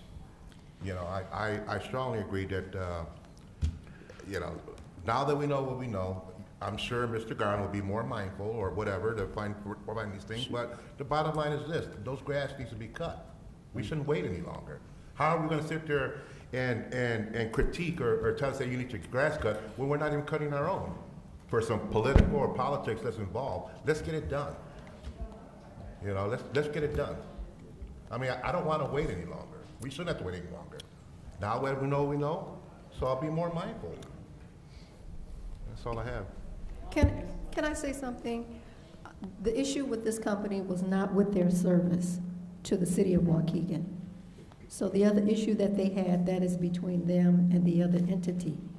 So if they don't get that resolved, then they won't be a vendor for the city of Waukegan. But right now they are, and they have done good work for the city of Waukegan. So we need to move forward and get these issues, these grasses cut. And just to clarify, we reviewed with the Public Works Department, GNS satisfies all the requirements for a legal bidder. Okay, I think we've had enough discussion on this. We've had a motion for it, so we'll go ahead and item D, we'll take a vote on it, and then we'll see where it goes. Okay, roll call please, Madam Clerk. Alderperson Martinez. Aye. Felix. Aye. Newsom. Aye. Turner. Aye. Donnerworth. Aye. Florian. Aye. Hayes. Aye. Bolton. Aye. Guzman. Only aye, because it's such a late time in the season. Motion So we passed, can get ma'am. it done. Okay, thank you, Madam Clerk. Item E, can I have a first and a second to the motion? Motion. So I had Newsom and, was it Turner? Second. Yes. Okay. Since this has been the same basic questions, I think we can go to vote. Let's go to Okay. vote, please. Yes, Mayor. Roll call, please, Madam Clerk. Alderperson Martinez. Aye. Felix. Aye. Newsom. Aye. Turner. Aye. Donnerworth. Aye. Florian. Aye. Hayes. Aye. Bolton. Aye. Guzman. Again, same thing, because it's a time-sensitive matter. Aye. Was that a yes? Yes, aye. Thank you. Okay. Motion passed. Okay, item L. Can I have a motion and a second? Motion. Second. Okay, Hayes and Florian, okay. Alderman Felix, you had a question to it? Yes. In my opinion, I don't think there's a clear distinction. I appreciate. I do want to say this. Brad does a lot of good work, and I think what he's doing is a lot of work, and it's great. But I don't think there's a clear distinction yet of what our public relations, the people that are employed by us, and what Brad does. I find that confusing on my end still. Can I answer that? And one last question. Then before, was there someone else that did this before your administration? Sure. So the difference between the two is Jane and David work with the community on public relations, like, you know, any events that go on, they're at, anything that gets organized, they're at. What Arena does is more crisis situations. And yes, we had a combination of people who did it both in-house before, and then we had a gentleman, Rick Harris, that was with us that did some of that as well. So we have had that in the past. We've just got different people doing it now. What, was Rick Harris an employee or was he a contractor? Consultant, yeah. Consultant as well? Yeah, he worked primarily with the police department, more that kind of, and when I say crisis management, what that means is situations that come up now that need an immediate response to, that we may not have our public relations team even here. They could be out doing something else. But they work primarily with the community. They do not do, like this year, we've added newsletters that go to the community, that kind of thing. So it's a very different type of, I would say one is very community focused and one is broad spectrum focused. Especially, you know, I will also say that because our public relations has been a smaller group than normal this year, some of their things have blended a little bit more than they normally do. But you will see that, for instance, any requests that come in from news media or radio stations or any of that, that is handled directly through ARENA, not through our own in-house public relations. So they're very different. And that's how it was done before as well? Like I said, yes. But it was done by a hodgepodge of people. It was like some in-house, some with Mr. Harris, some with different people in, you know, this time we just have it, but their contracts were about the same amount. And when was Mr. Harris out? Like when was he? That was, I'm trying to think, I don't think his contract was renewed last June. It was, so it's been well over a year. Okay. Yeah. And he was a consultant as well? Yes. Mm-hmm. Okay. What I would like, I am asking to hold it over, especially because we still have some time until the contract renews. I would like to have a description as not what the contract is, but what the description of what his services are. I know he explained it to us. Yeah, you have that already because you get the monthly bills and everything. So that's already in there, but by all means, we'll hold it over. Yeah. And what I would suggest is you reach out to him and, you know, have a conversation and he can go through that specifically with you. But I think I'm trying to address what, because it's a common question. Yeah. What is the difference? And one is more a big picture, one is very much small picture. And like I said, our public relations for our size city is actually fairly small. Yeah, and again, I want to say he does great work as well. I just want to have more understanding, more clear. So will that contract expire before then?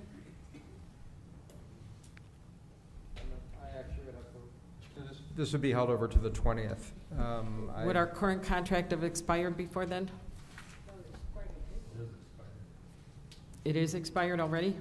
No. Wasn't it expired in April? Yeah. Yeah, it was expired in April, yes, but, Yeah. yeah, I thought it was June 30th. yeah. That's what I saw also, Mayor. Yeah. I think it's June 30th because we'd be approving the contract now in June. Yeah. So then it would be 12 months going forward. Okay. So if there's specific questions, I mean, I don't want to rush it. If you want to hold it over, it's all. I would, but I'll definitely reach out and I'll talk to everyone as well. Okay. So we will hold that over to the next council meeting, which is June 20th, right? Okay. Yeah. It's actually the 20th. It was regularly scheduled for the 19th, and then it's been moved to the 20th. To the 20th because of the holiday. Juneteenth. We moved it to the 20th? Okay. So, okay, that one's held over. So with that being said, there's no ordinances, so it's Alderman time. Alderperson Martinez. All right, I just first would like to give my heartfelt thanks to Pastor Jesus Guerrera for his powerful invocation tonight. Thanks for all the ways that you make a difference in our church and also in our community.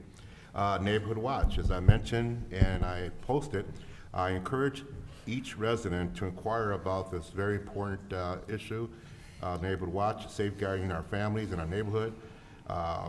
Special thanks for the few neighbors that I received that are very interested in establishing a neighborhood watch. I will be reaching out to you very soon. For those not sure what it is a neighborhood watch is created by a group of people living in the same area who want to make their neighborhood safer by working together in conjunction with local law enforcement to reduce crime and improve their quality of life. Neighborhood watch groups have regular meetings to plan how they will accomplish their specific goals, and leaders will be assigned responsibilities. If you are interested, please give me a call. I encourage you. Please call me at 847-390-2689. On a personal level, where I live on Tiffany Drive, we are a neighborhood watch program. As a matter of fact, we are one of the, well, probably the only one in the 3rd Ward. And I can say that I'm not saying that crime has deteriorated, but the calls to 911s have tremendously dropped. So therefore, I think that it shows vigilance. It shows that people coming together, safeguarding our interests and our families. So again, it's very, very important. When I ran as an alderman, one of my main focus was to make 3rd Ward the first ward with the most neighborhood watch neighborhoods in existence. So I am adamant, and it's going to take a little time, but you know, that's something that that I look forward to work with those that are interested in obtaining more information. I do have a good working relationship with Officer Luca, so therefore, if anyone, please, in my ward would like to get more information, please reach out to me. All right, pothole patrol. I've been canvassing the area, looking out for potholes. I've also received calls from residents concerned about the potholes. I am working with Public Works to patch them up, as many as we were able to do so. Please reach out to me. This is a citywide problem. All I ask from you is to provide me your home address. That way I know who to report it to, but I'm also gonna go out there and actually evaluate the pothole myself to see if it needs attention, all right? Because a lot of times people just call. I've seen some big potholes. I've seen some potholes where, especially on Berwick, where you can't even ride a bike. You know, you have to actually get off your bike and walk it. Berwick is one of the worst neighborhoods that has potholes, and you know, they've learned to live with that. It shouldn't be like that, all right? So I am adamant to make sure that we take care of that. That's one of my priorities, to work with Public Works to get that resoluted, all right? With summer here, there will be an increase in crimes. Nice weather means more people are outside, which leads to more social encounters that could potentially turn into violence. But one may argue that hot temperatures could potentially turn to aggression and hostility. So, whatever the reason, please be mindful, please be responsible.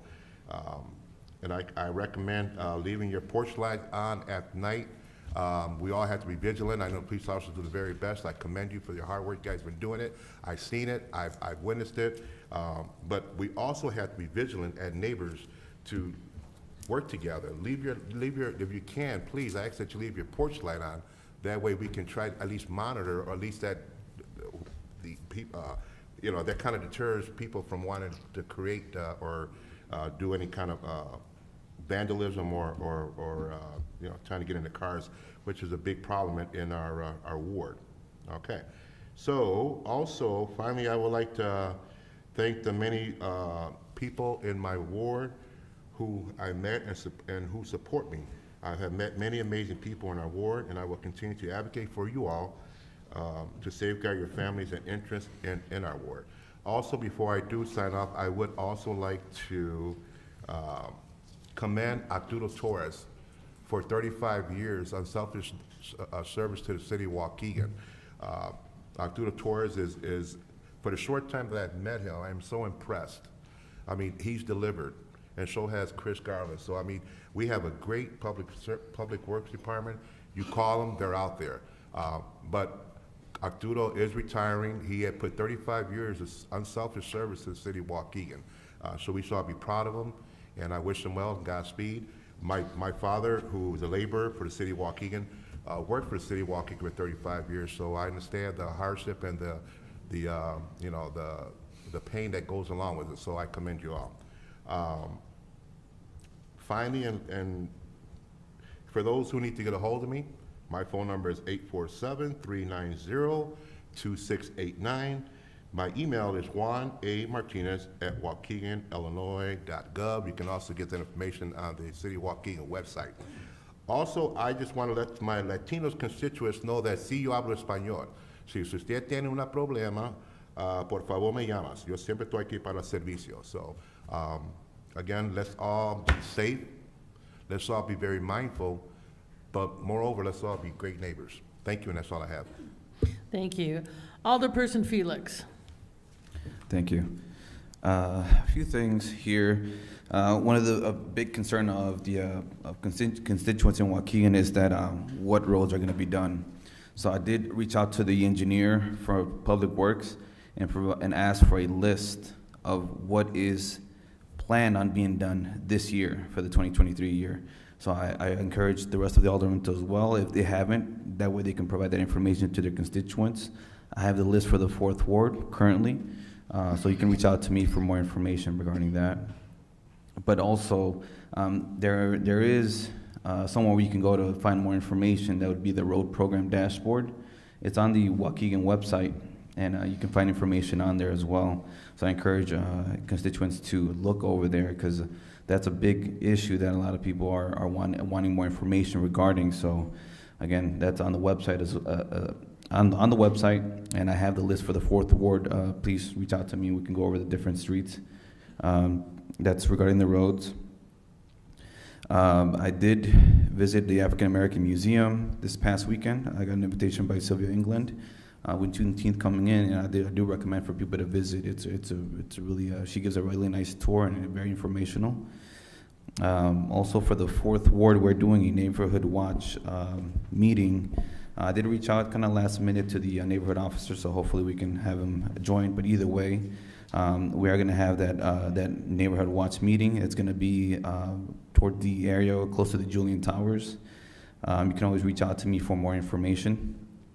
With that, in terms of reaching out, our email and phone number is easily accessible. You can either ask us for our card, or you can go online and just Google Waukegan council members, and you'll find our information there. I encourage people to do that. That way, you guys are able to reach your council members or the alderpersons. Also. I kind of want some clarification, but we are able to send out a mass communication to people in Waukegan, but we need people to register on the website. We need you guys to update your phone number, email, and that way, in case we do have things going on, like something that's related to water breaks or whatnot, that way we can reach out to you guys. So I encourage everyone to do that, to register and have everything updated. That way we can inform the public. And I will be utilizing more of that technology, because we have that technology available to reach out to the residents of Waukegan. Let's see here.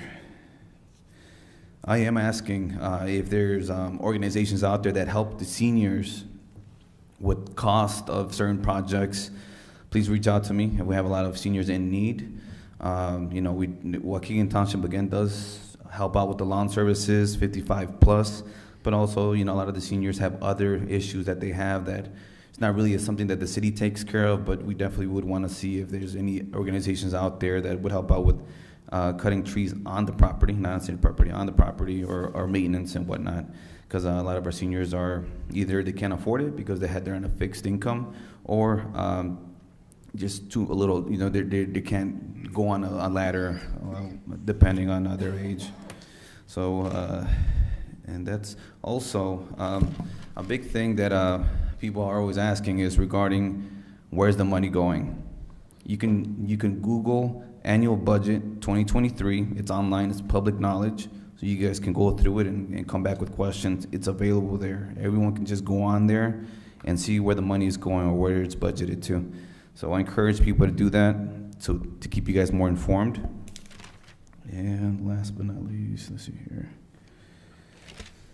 I believe that's it. Thank you. Thank you. Alderperson Newsom. Thank you, Madam Clerk. I would just like to thank Mr. Chris, Public Works, Mr. Eddie, Mr. Dante, the YCC staff, and the youth that came out into the 5th Ward cleaning up the alleys on Friday, May 26, 2023. I had about 8 youth that came out, and they were ready and eager to work and started cutting brush back and everything, just really eager to get things done. And I think they were able to probably go through every alley in the 5th Ward and cut back brush and pick up items. We had to get them off the street because they was picking up on the street, and ask them to, you know, hey, we concentrating on the alleys right now. But anyway, they did an awesome job, and I appreciate YCC partnering with the city of Waukegan and Mr. Eddie setting this up every year, maybe a couple times a year, a season. We get the opportunity to use the youth as they give back to the community, and we appreciate that very much. Also, I would like to offer my condolences to the Cook family. Miss Osa Cook is the wife of the late H.J. Cook, which was pastor of the Gideon Missionary Baptist Church for about 43 years. And my condolences to the family, and then also congratulations to Pastor Wade A. Stevenson, that just celebrated his 20th pastoral anniversary at Gideon. Pastor Cook and Pastor Stevenson, they have held a pastoralship at that church for the last 63 years. It's only been 2 pastors, and they have been on the west side, Ridgeland area for 101 years. They celebrated 101 years last week. So I would like to congratulate them, last month, sorry. So I would like to congratulate Pastor Stevenson, and then also offer my condolences to the Cook family. That's all I have. Thank you. Alderperson Turner. Thank you, ma'am. All right, so in the 6th Ward, I just want to remind folks that we still have car burglaries out there, a lot of them going on. It's going on across the city, but seems to have been an uptick or more recent activities in the 6th Ward the last couple of 3 weeks. And I think I mentioned last meeting that even my wife's car and my truck were victimized, so be sure and lock your vehicles. Grass cutting, if you're cutting your grass, please do not put the grass clippings out in the street, and would take that opportunity to clean along your curb line. Doesn't take much extra effort to pick up trash at the curb line. If you live near a corner or near a storm sewer grate, take the opportunity to pull some of that trash or debris away from the storm sewers, because when it rains, that's what, one of the reasons it causes backups and flooding. I also want to recognize and thank you, Alderman Newsom, and I will convey your recognition of YCC when I speak to him next. They were in the 6th Ward over Friday the 2nd and did a tremendous job over in the area of Elmwood, Lorraine, and Longview, cleaning up, a lot of trash and garbage and illegally dumped items. All right, coming up in the future, it's already June. In July, next month, we'll have our 6th Ward dumpster drop that has yet to be scheduled, but stand by. I have a date for that. I have a tentative date for our next ward meeting in the 6th Ward, which is going to be Tuesday, July 4th. I'm probably going to do that one outside in Upton Park. And of course, I will confirm that date and convey information in regards to that via social media, blast email, and my text messaging deal. I want to talk about, again, speed humps. This is something that the older members of the council, the legacy members, have heard me speak about ad nauseum. I still think we need speed bumps and other traffic speed mitigation devices. Last year, we were supposed to have had a pilot project with speed humps in the neighborhoods, and we were gonna focus on the 6th Ward and a few down in the 1st Ward. That didn't happen, but we did put speed bumps down at the beach. And then this year, the speed bumps were taken out. No speed bumps at the beach, but there's speed bumps down on Harbor Place in front of Greentown on the Rocks. So I want to revisit the idea of putting in speed humps. Again, we can do a pilot project, but I mean, we know the effectiveness, and I've heard all the rationale why we can't do them when we shouldn't do them, but I'll point out that if they didn't work, or if they were a severe problem, they would not exist anywhere in the Midwest, the Northeast, or the Northwest. Plenty of speed bumps in parking lots that those parking lots get plowed in the winter just like our streets do, and they don't seem to have a problem with that.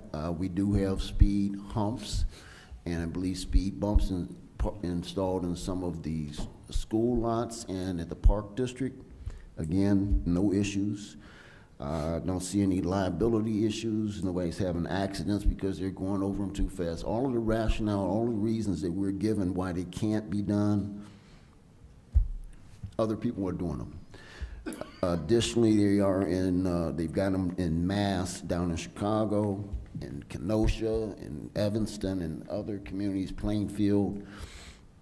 And I really want to see some speed bumps, or speed humps is what I'm asking for. Number 5, let's take 5 first, all right. So now I have several questions. You saw me walk over and talk to the cameraman, several people, and I got another communication today before I came in, asking why the camera is not focused on the speakers when they're at the podium in audience time. Camera's always focused over there, and people are asking why and requesting that the camera be turned to show the speaker at audience time. You agree with that, sir? Yeah. Okay. And then finally, I question, and this is an internal policy, I guess. Maybe this is something a lawyer could answer. Stu?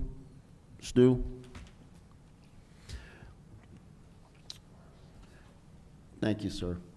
And so I was just going to ask, you know, this council operates by ordinance. That's our local law, right? We operate according to Robert's Rules of Order.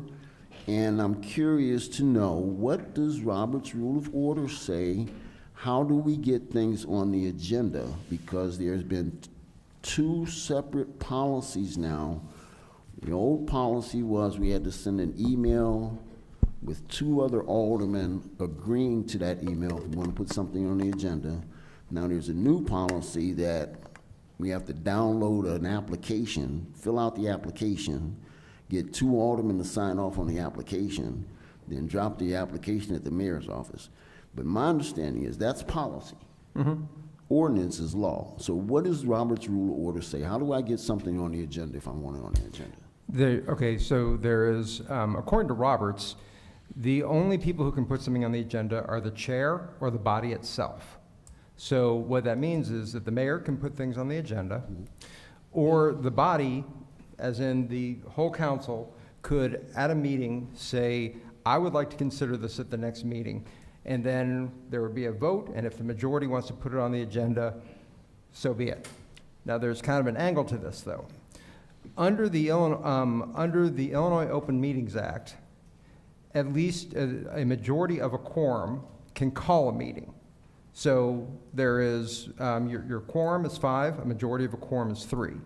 So we've interpreted that if 3 people can call a meeting, they must be able to set the agenda too. So the rule is, and this is actually, the policy that we're talking about is probably the easiest, it requires the least amount of people, which is that if there are 3 aldermen who are willing to sign and say, we want something on the agenda, that it will be placed on an agenda via the mayor's office without a full vote of the council. And that's kind of a convoluted answer, but the policy that you're actually asking for of like, how did we get to 3? Yeah. That's probably the most permissive way to do that. That's more permissive than Roberts.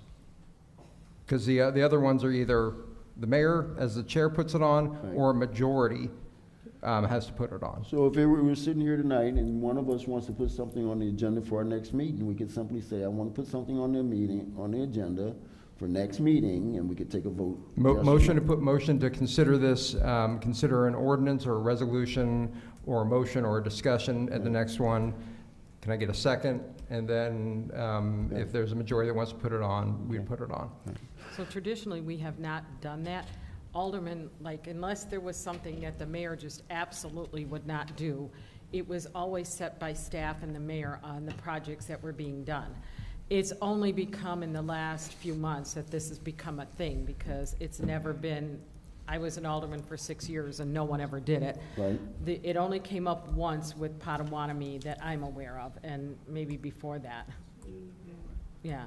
There was an alderman that, say for instance, wanted to have something heard on the council.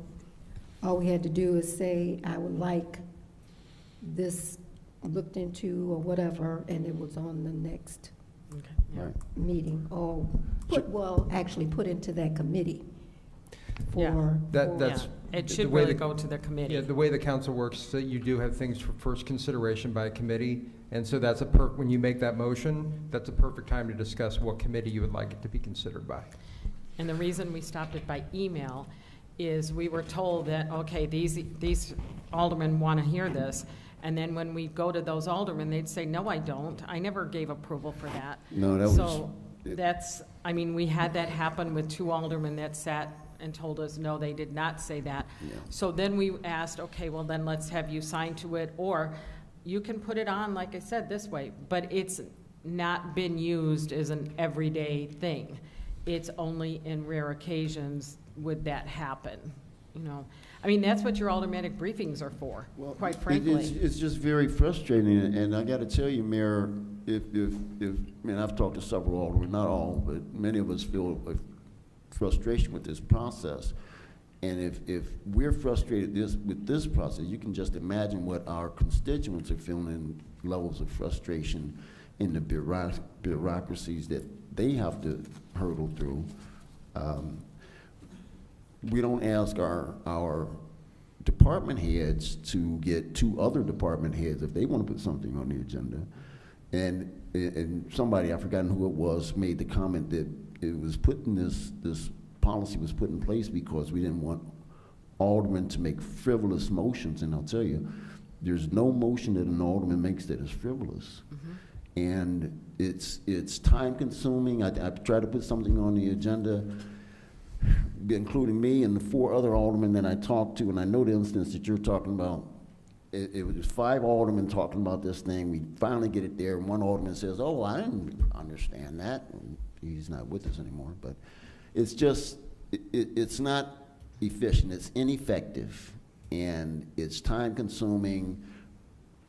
And now this new policy where we have to go online, download an application, fill out an application, get 2 aldermen to sign the application, and then bring the application to the office. That's even more time consuming.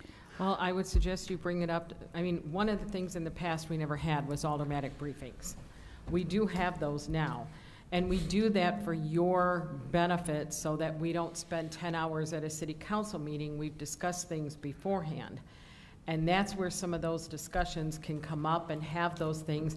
And generally speaking, you're with 2 other aldermen in the room at the same time. So there's your 3 aldermen right there.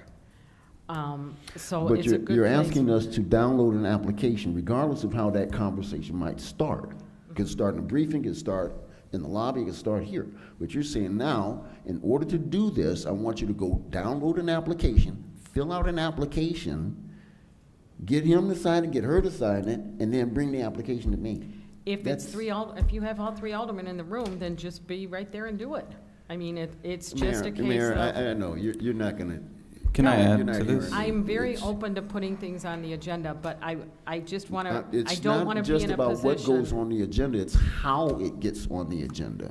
Mm-hmm. That's the problem. But you've just heard of a way yourself here. It's ineffective, and it's nonsensical. You can make a motion here and do it. Yeah, I want to add to this. So based on what I'm getting, and maybe you can clarify, Stu, we can do it if we want to. We can literally bring something up, you second it.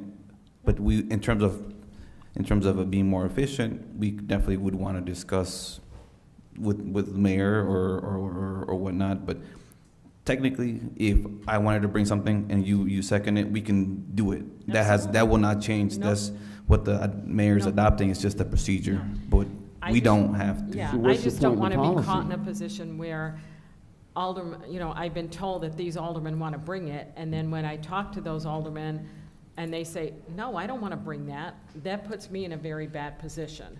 So, if you want to bring it up here and do it, do a first and a second to hear at the committee meeting at the second, more than welcome to do that. Like I said, I want to make it fair for everybody, and there is a process, but the process isn't being followed at all. And also, just so the people can know, is that this is the only time where all of us can have input at the same time. Otherwise, it's 3 at a time. So that's why. And if I could add one last thing, I believe Chief George Bridges had made a recommendation to kind of help us shortchange that. Can you just announce that real quick? So we're not jumping through 50 hoops? And I just looked in my mailbox, you aldermen, don't forget the document is in your mailbox. Yes. I don't know if this is on. Council, yes, the form is to make sure that each of you are hearing the exact same information also, Mayor. That was part of it. And what Alderman Turner our discussion was that we will put the form into our Teams system, so you don't have to get it actually signed. We'll take a digital signature. So just to showing that there's a total of 3 aldermen that agree with this form and all the information on it. Can I ask, George Bridges? So so just so people know, it's not just a signature, right? There's other things that we are required to add, like get an okay from different departments? Yes, some of the things that were asked is what is the intent of the item you're trying to place on the agenda? Just a quick summary. And also one of the important things that the mayor wanted was what is the impact not only to your ward, but the other wards, because sometimes a constituent will ask you for something and it is happening in your ward, but the resolve may not be conducive in the other wards. So that's something else on the form. What is the financial impact? How much will it cost to implement or change whatever item that you have on there? Those are some of the other items, and you don't have to complete it all, but once we get the form, your staff, all of your department heads, come together to complete all the rest of the information. So after the attorney reviews that, the mayor reviews it, we can get it back to you with a clear picture of exactly what it is that you were asking for and its impacts financially and to your ward. Financial is a big one, because what happens is, you guys approve a budget, I hold the department heads to it, and then, you come and say, I want this done. Well, that's out of somebody's budget. Right. And that needs to be discussed with that department head of who that might affect. And sometimes it's multiple department heads that it affects, and they have a budget that they also are adhering to. So you can't just make decisions without that having part of that. And that's why we ask on the form, how will this affect budget? Because quite frankly, when you're trying to please your constituents, you're thinking only from their perspective and not from, hey, this could have a big impact on our budget. And if we want to balance budget, how do we do that when there's 9 of you who might want to impact that budget indirectly and not, that's why we meet with you guys when we do the budget. What impact, what things do you want to put in the budget? Because the more we chip away at this and it impacts a lot of people, that affects department heads as well. Yeah, and I just wanted to make sure that we point that out so that way everyone's informed of why we're talking about this. We're not doing it to be mean.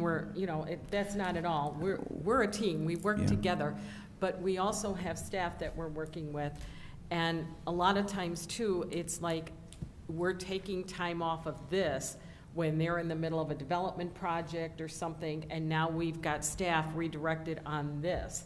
And we also have to determine what is the priorities here. You know what I mean? And we can always talk to you, and we can But also, just the last thing regarding this, what the concern is what the turnaround time is for something that is so simple. So, turnaround time that I have to get together. If it's simple, it's on the next agenda. If it requires budget and stuff and that requires a little more detail and can't probably be on the very next agenda. Okay. One last question.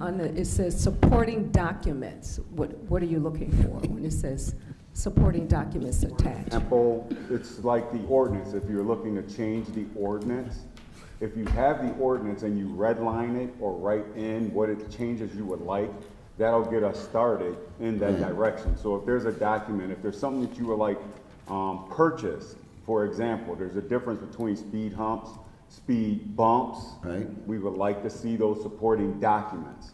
And again, just reiterate, the intent, the summary of what you're after is very important because you have the smartest department heads anywhere.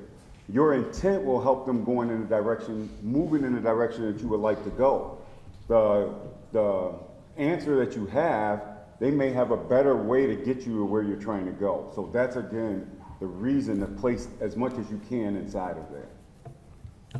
If I can just add, I think it's a good idea, but the thing about it is I find it kind of hard to try to get to 3 signatures because when I do the alderman meeting, mine is usually through Zoom, and I'm by myself, so it's kind of daunting where I have to go get 3 signatures, and I'm always pressed for time. Is there any way that you can accept? Doing it through Teams. What's that? Doing it through Teams is what Yes, you just mentioned. we'll have it through Teams, an electronic signature, and just give us a little more time on that portion of it, but it'll just be electric signature that you'll all be able to see and share and write notes in and everything, okay?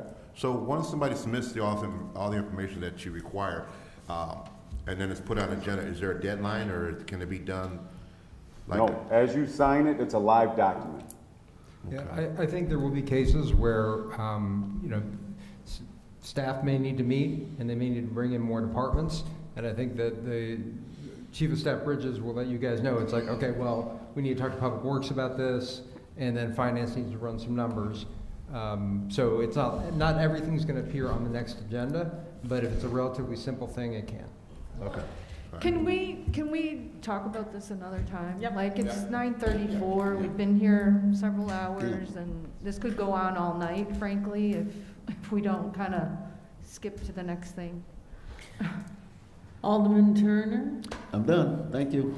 Alderperson Donna Woods? I'm going to be shorter.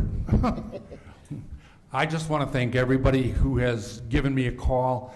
I was getting 1 or 2 calls a day, complaints about the trees, complaints about the potholes, and I try to meet everybody that calls me. So I go to their house, I put their name and their address and their complaint in my phone, so that when they call me, I can say, hey, Bill, hey, Jane, I've talked to you before. So I go out, I check out the complaints, the potholes, so I can call Art. Art is a lifesaver out there at City Yards.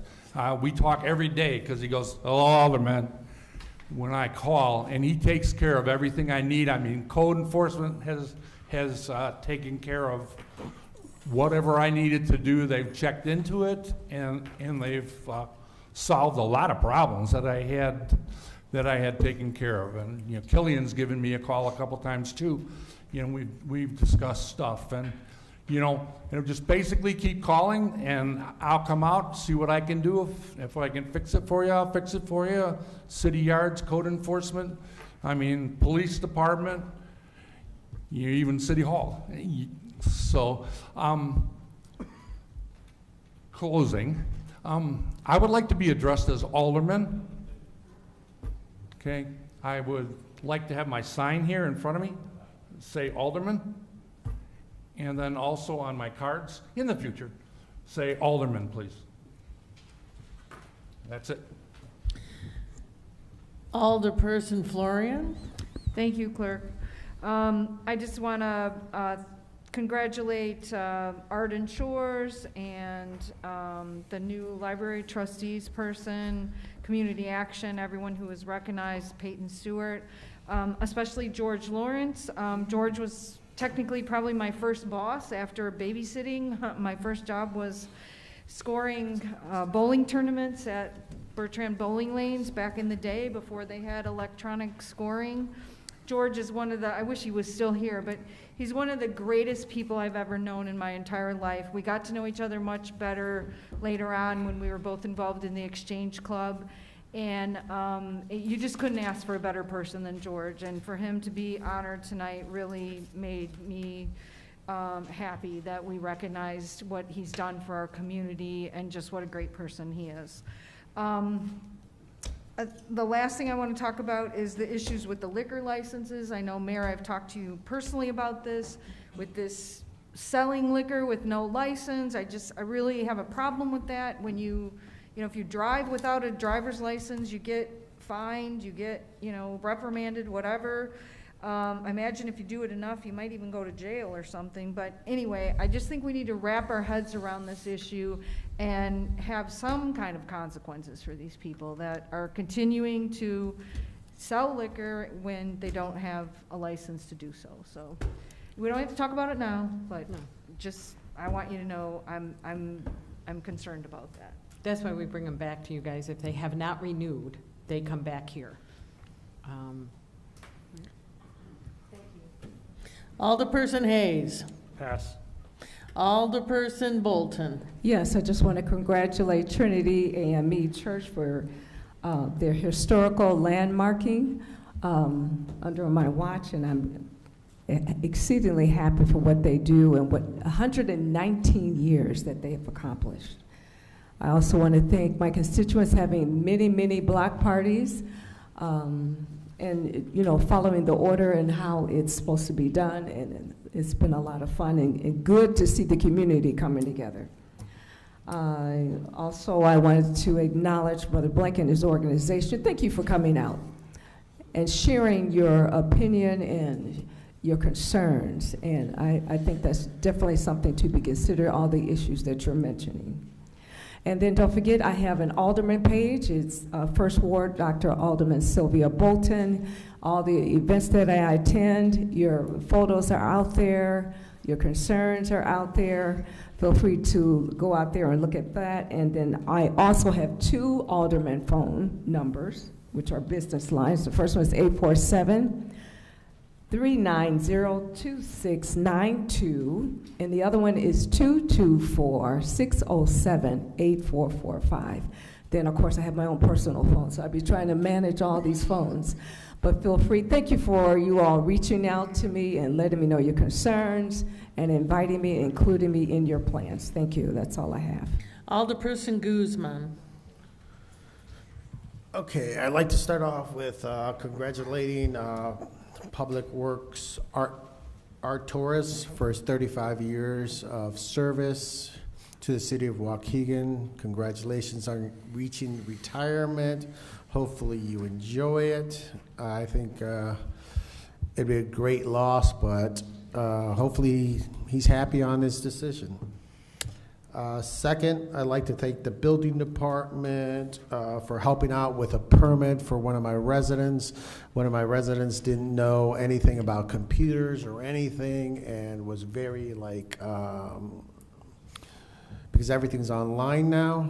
So they actually went down, got the, one of the young ladies, I can't remember her name, to help her out and got her on the computer and got her a permit. So thank you very much. I like.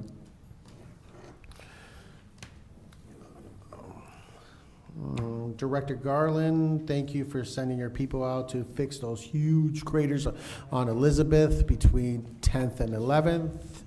And I know the list I sent you was pretty large, so hopefully we can get up on that. But thank you for getting on that because those were like very worrisome, really bad for me. Thank you. Okay. Speaking about the speed bumps, okay, I was very upset when I saw them on Harbor Place.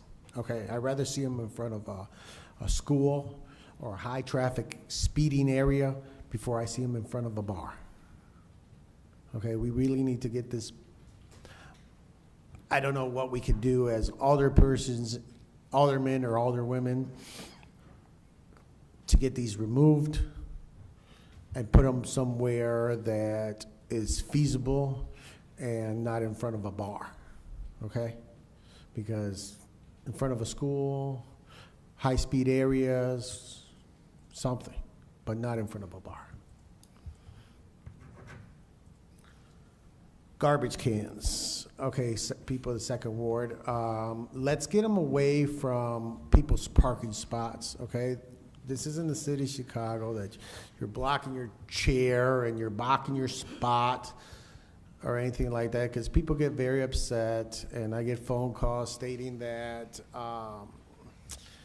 that people are putting garbage cans and saving their spots, and they can't park there. It's a parking area. It's public parking, and that it's true. So let's put them up on top of the curb and let people park. And if you want to park there, or try to get there earlier, or something. But let's be mindful of everybody.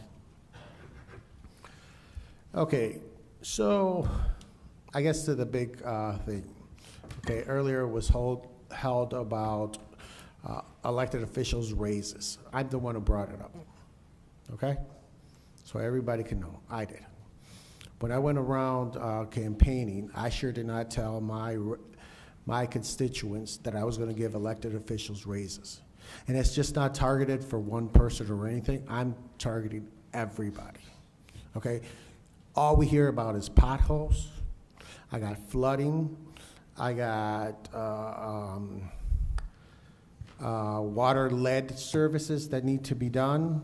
I have water increases that was approved by the previous council, not administration, council, and I cannot justify raises to my constituents. I've already met with about 60.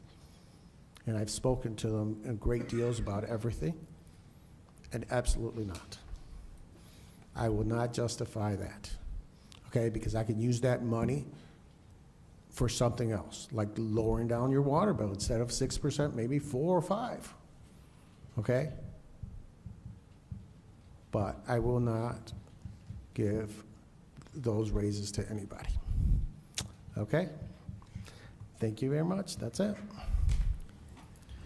Okay.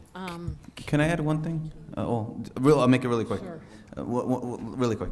So these past few weeks since I got elected, I've been calling the city and whatnot. And one thing that I don't see is that when people answer the phones, they don't say who they are. So in terms of transparency, maybe something that we can talk about how we work. Answer the phone. It's good to say, hey, this is so and so. That way we know who we're talking to. And also to nip things in the bud, the wraparound center, did we have a presentation about what's going on in the wraparound center? Did we have that? Because a lot of people still seem to be confused, so maybe we can ask them to come back and present something about what's going on with the wraparound center. And also, and the last thing regarding the Fiestas Patrias, there's still time to apply for that that day. So from what I understand, right? Somebody else has already applied for that date. So no one can apply anymore for that event, Well, for that date? you can't have 2 parades on the same day. Okay, so no one can apply that day? They can apply. Okay, just want to make sure we're all Anybody clear. can apply. Okay, that's all. That way we can nip things in the bud where it's, and the questions are answered. That's all for me. Can I have a motion to adjourn? Motion to adjourn. All those in favor? Aye.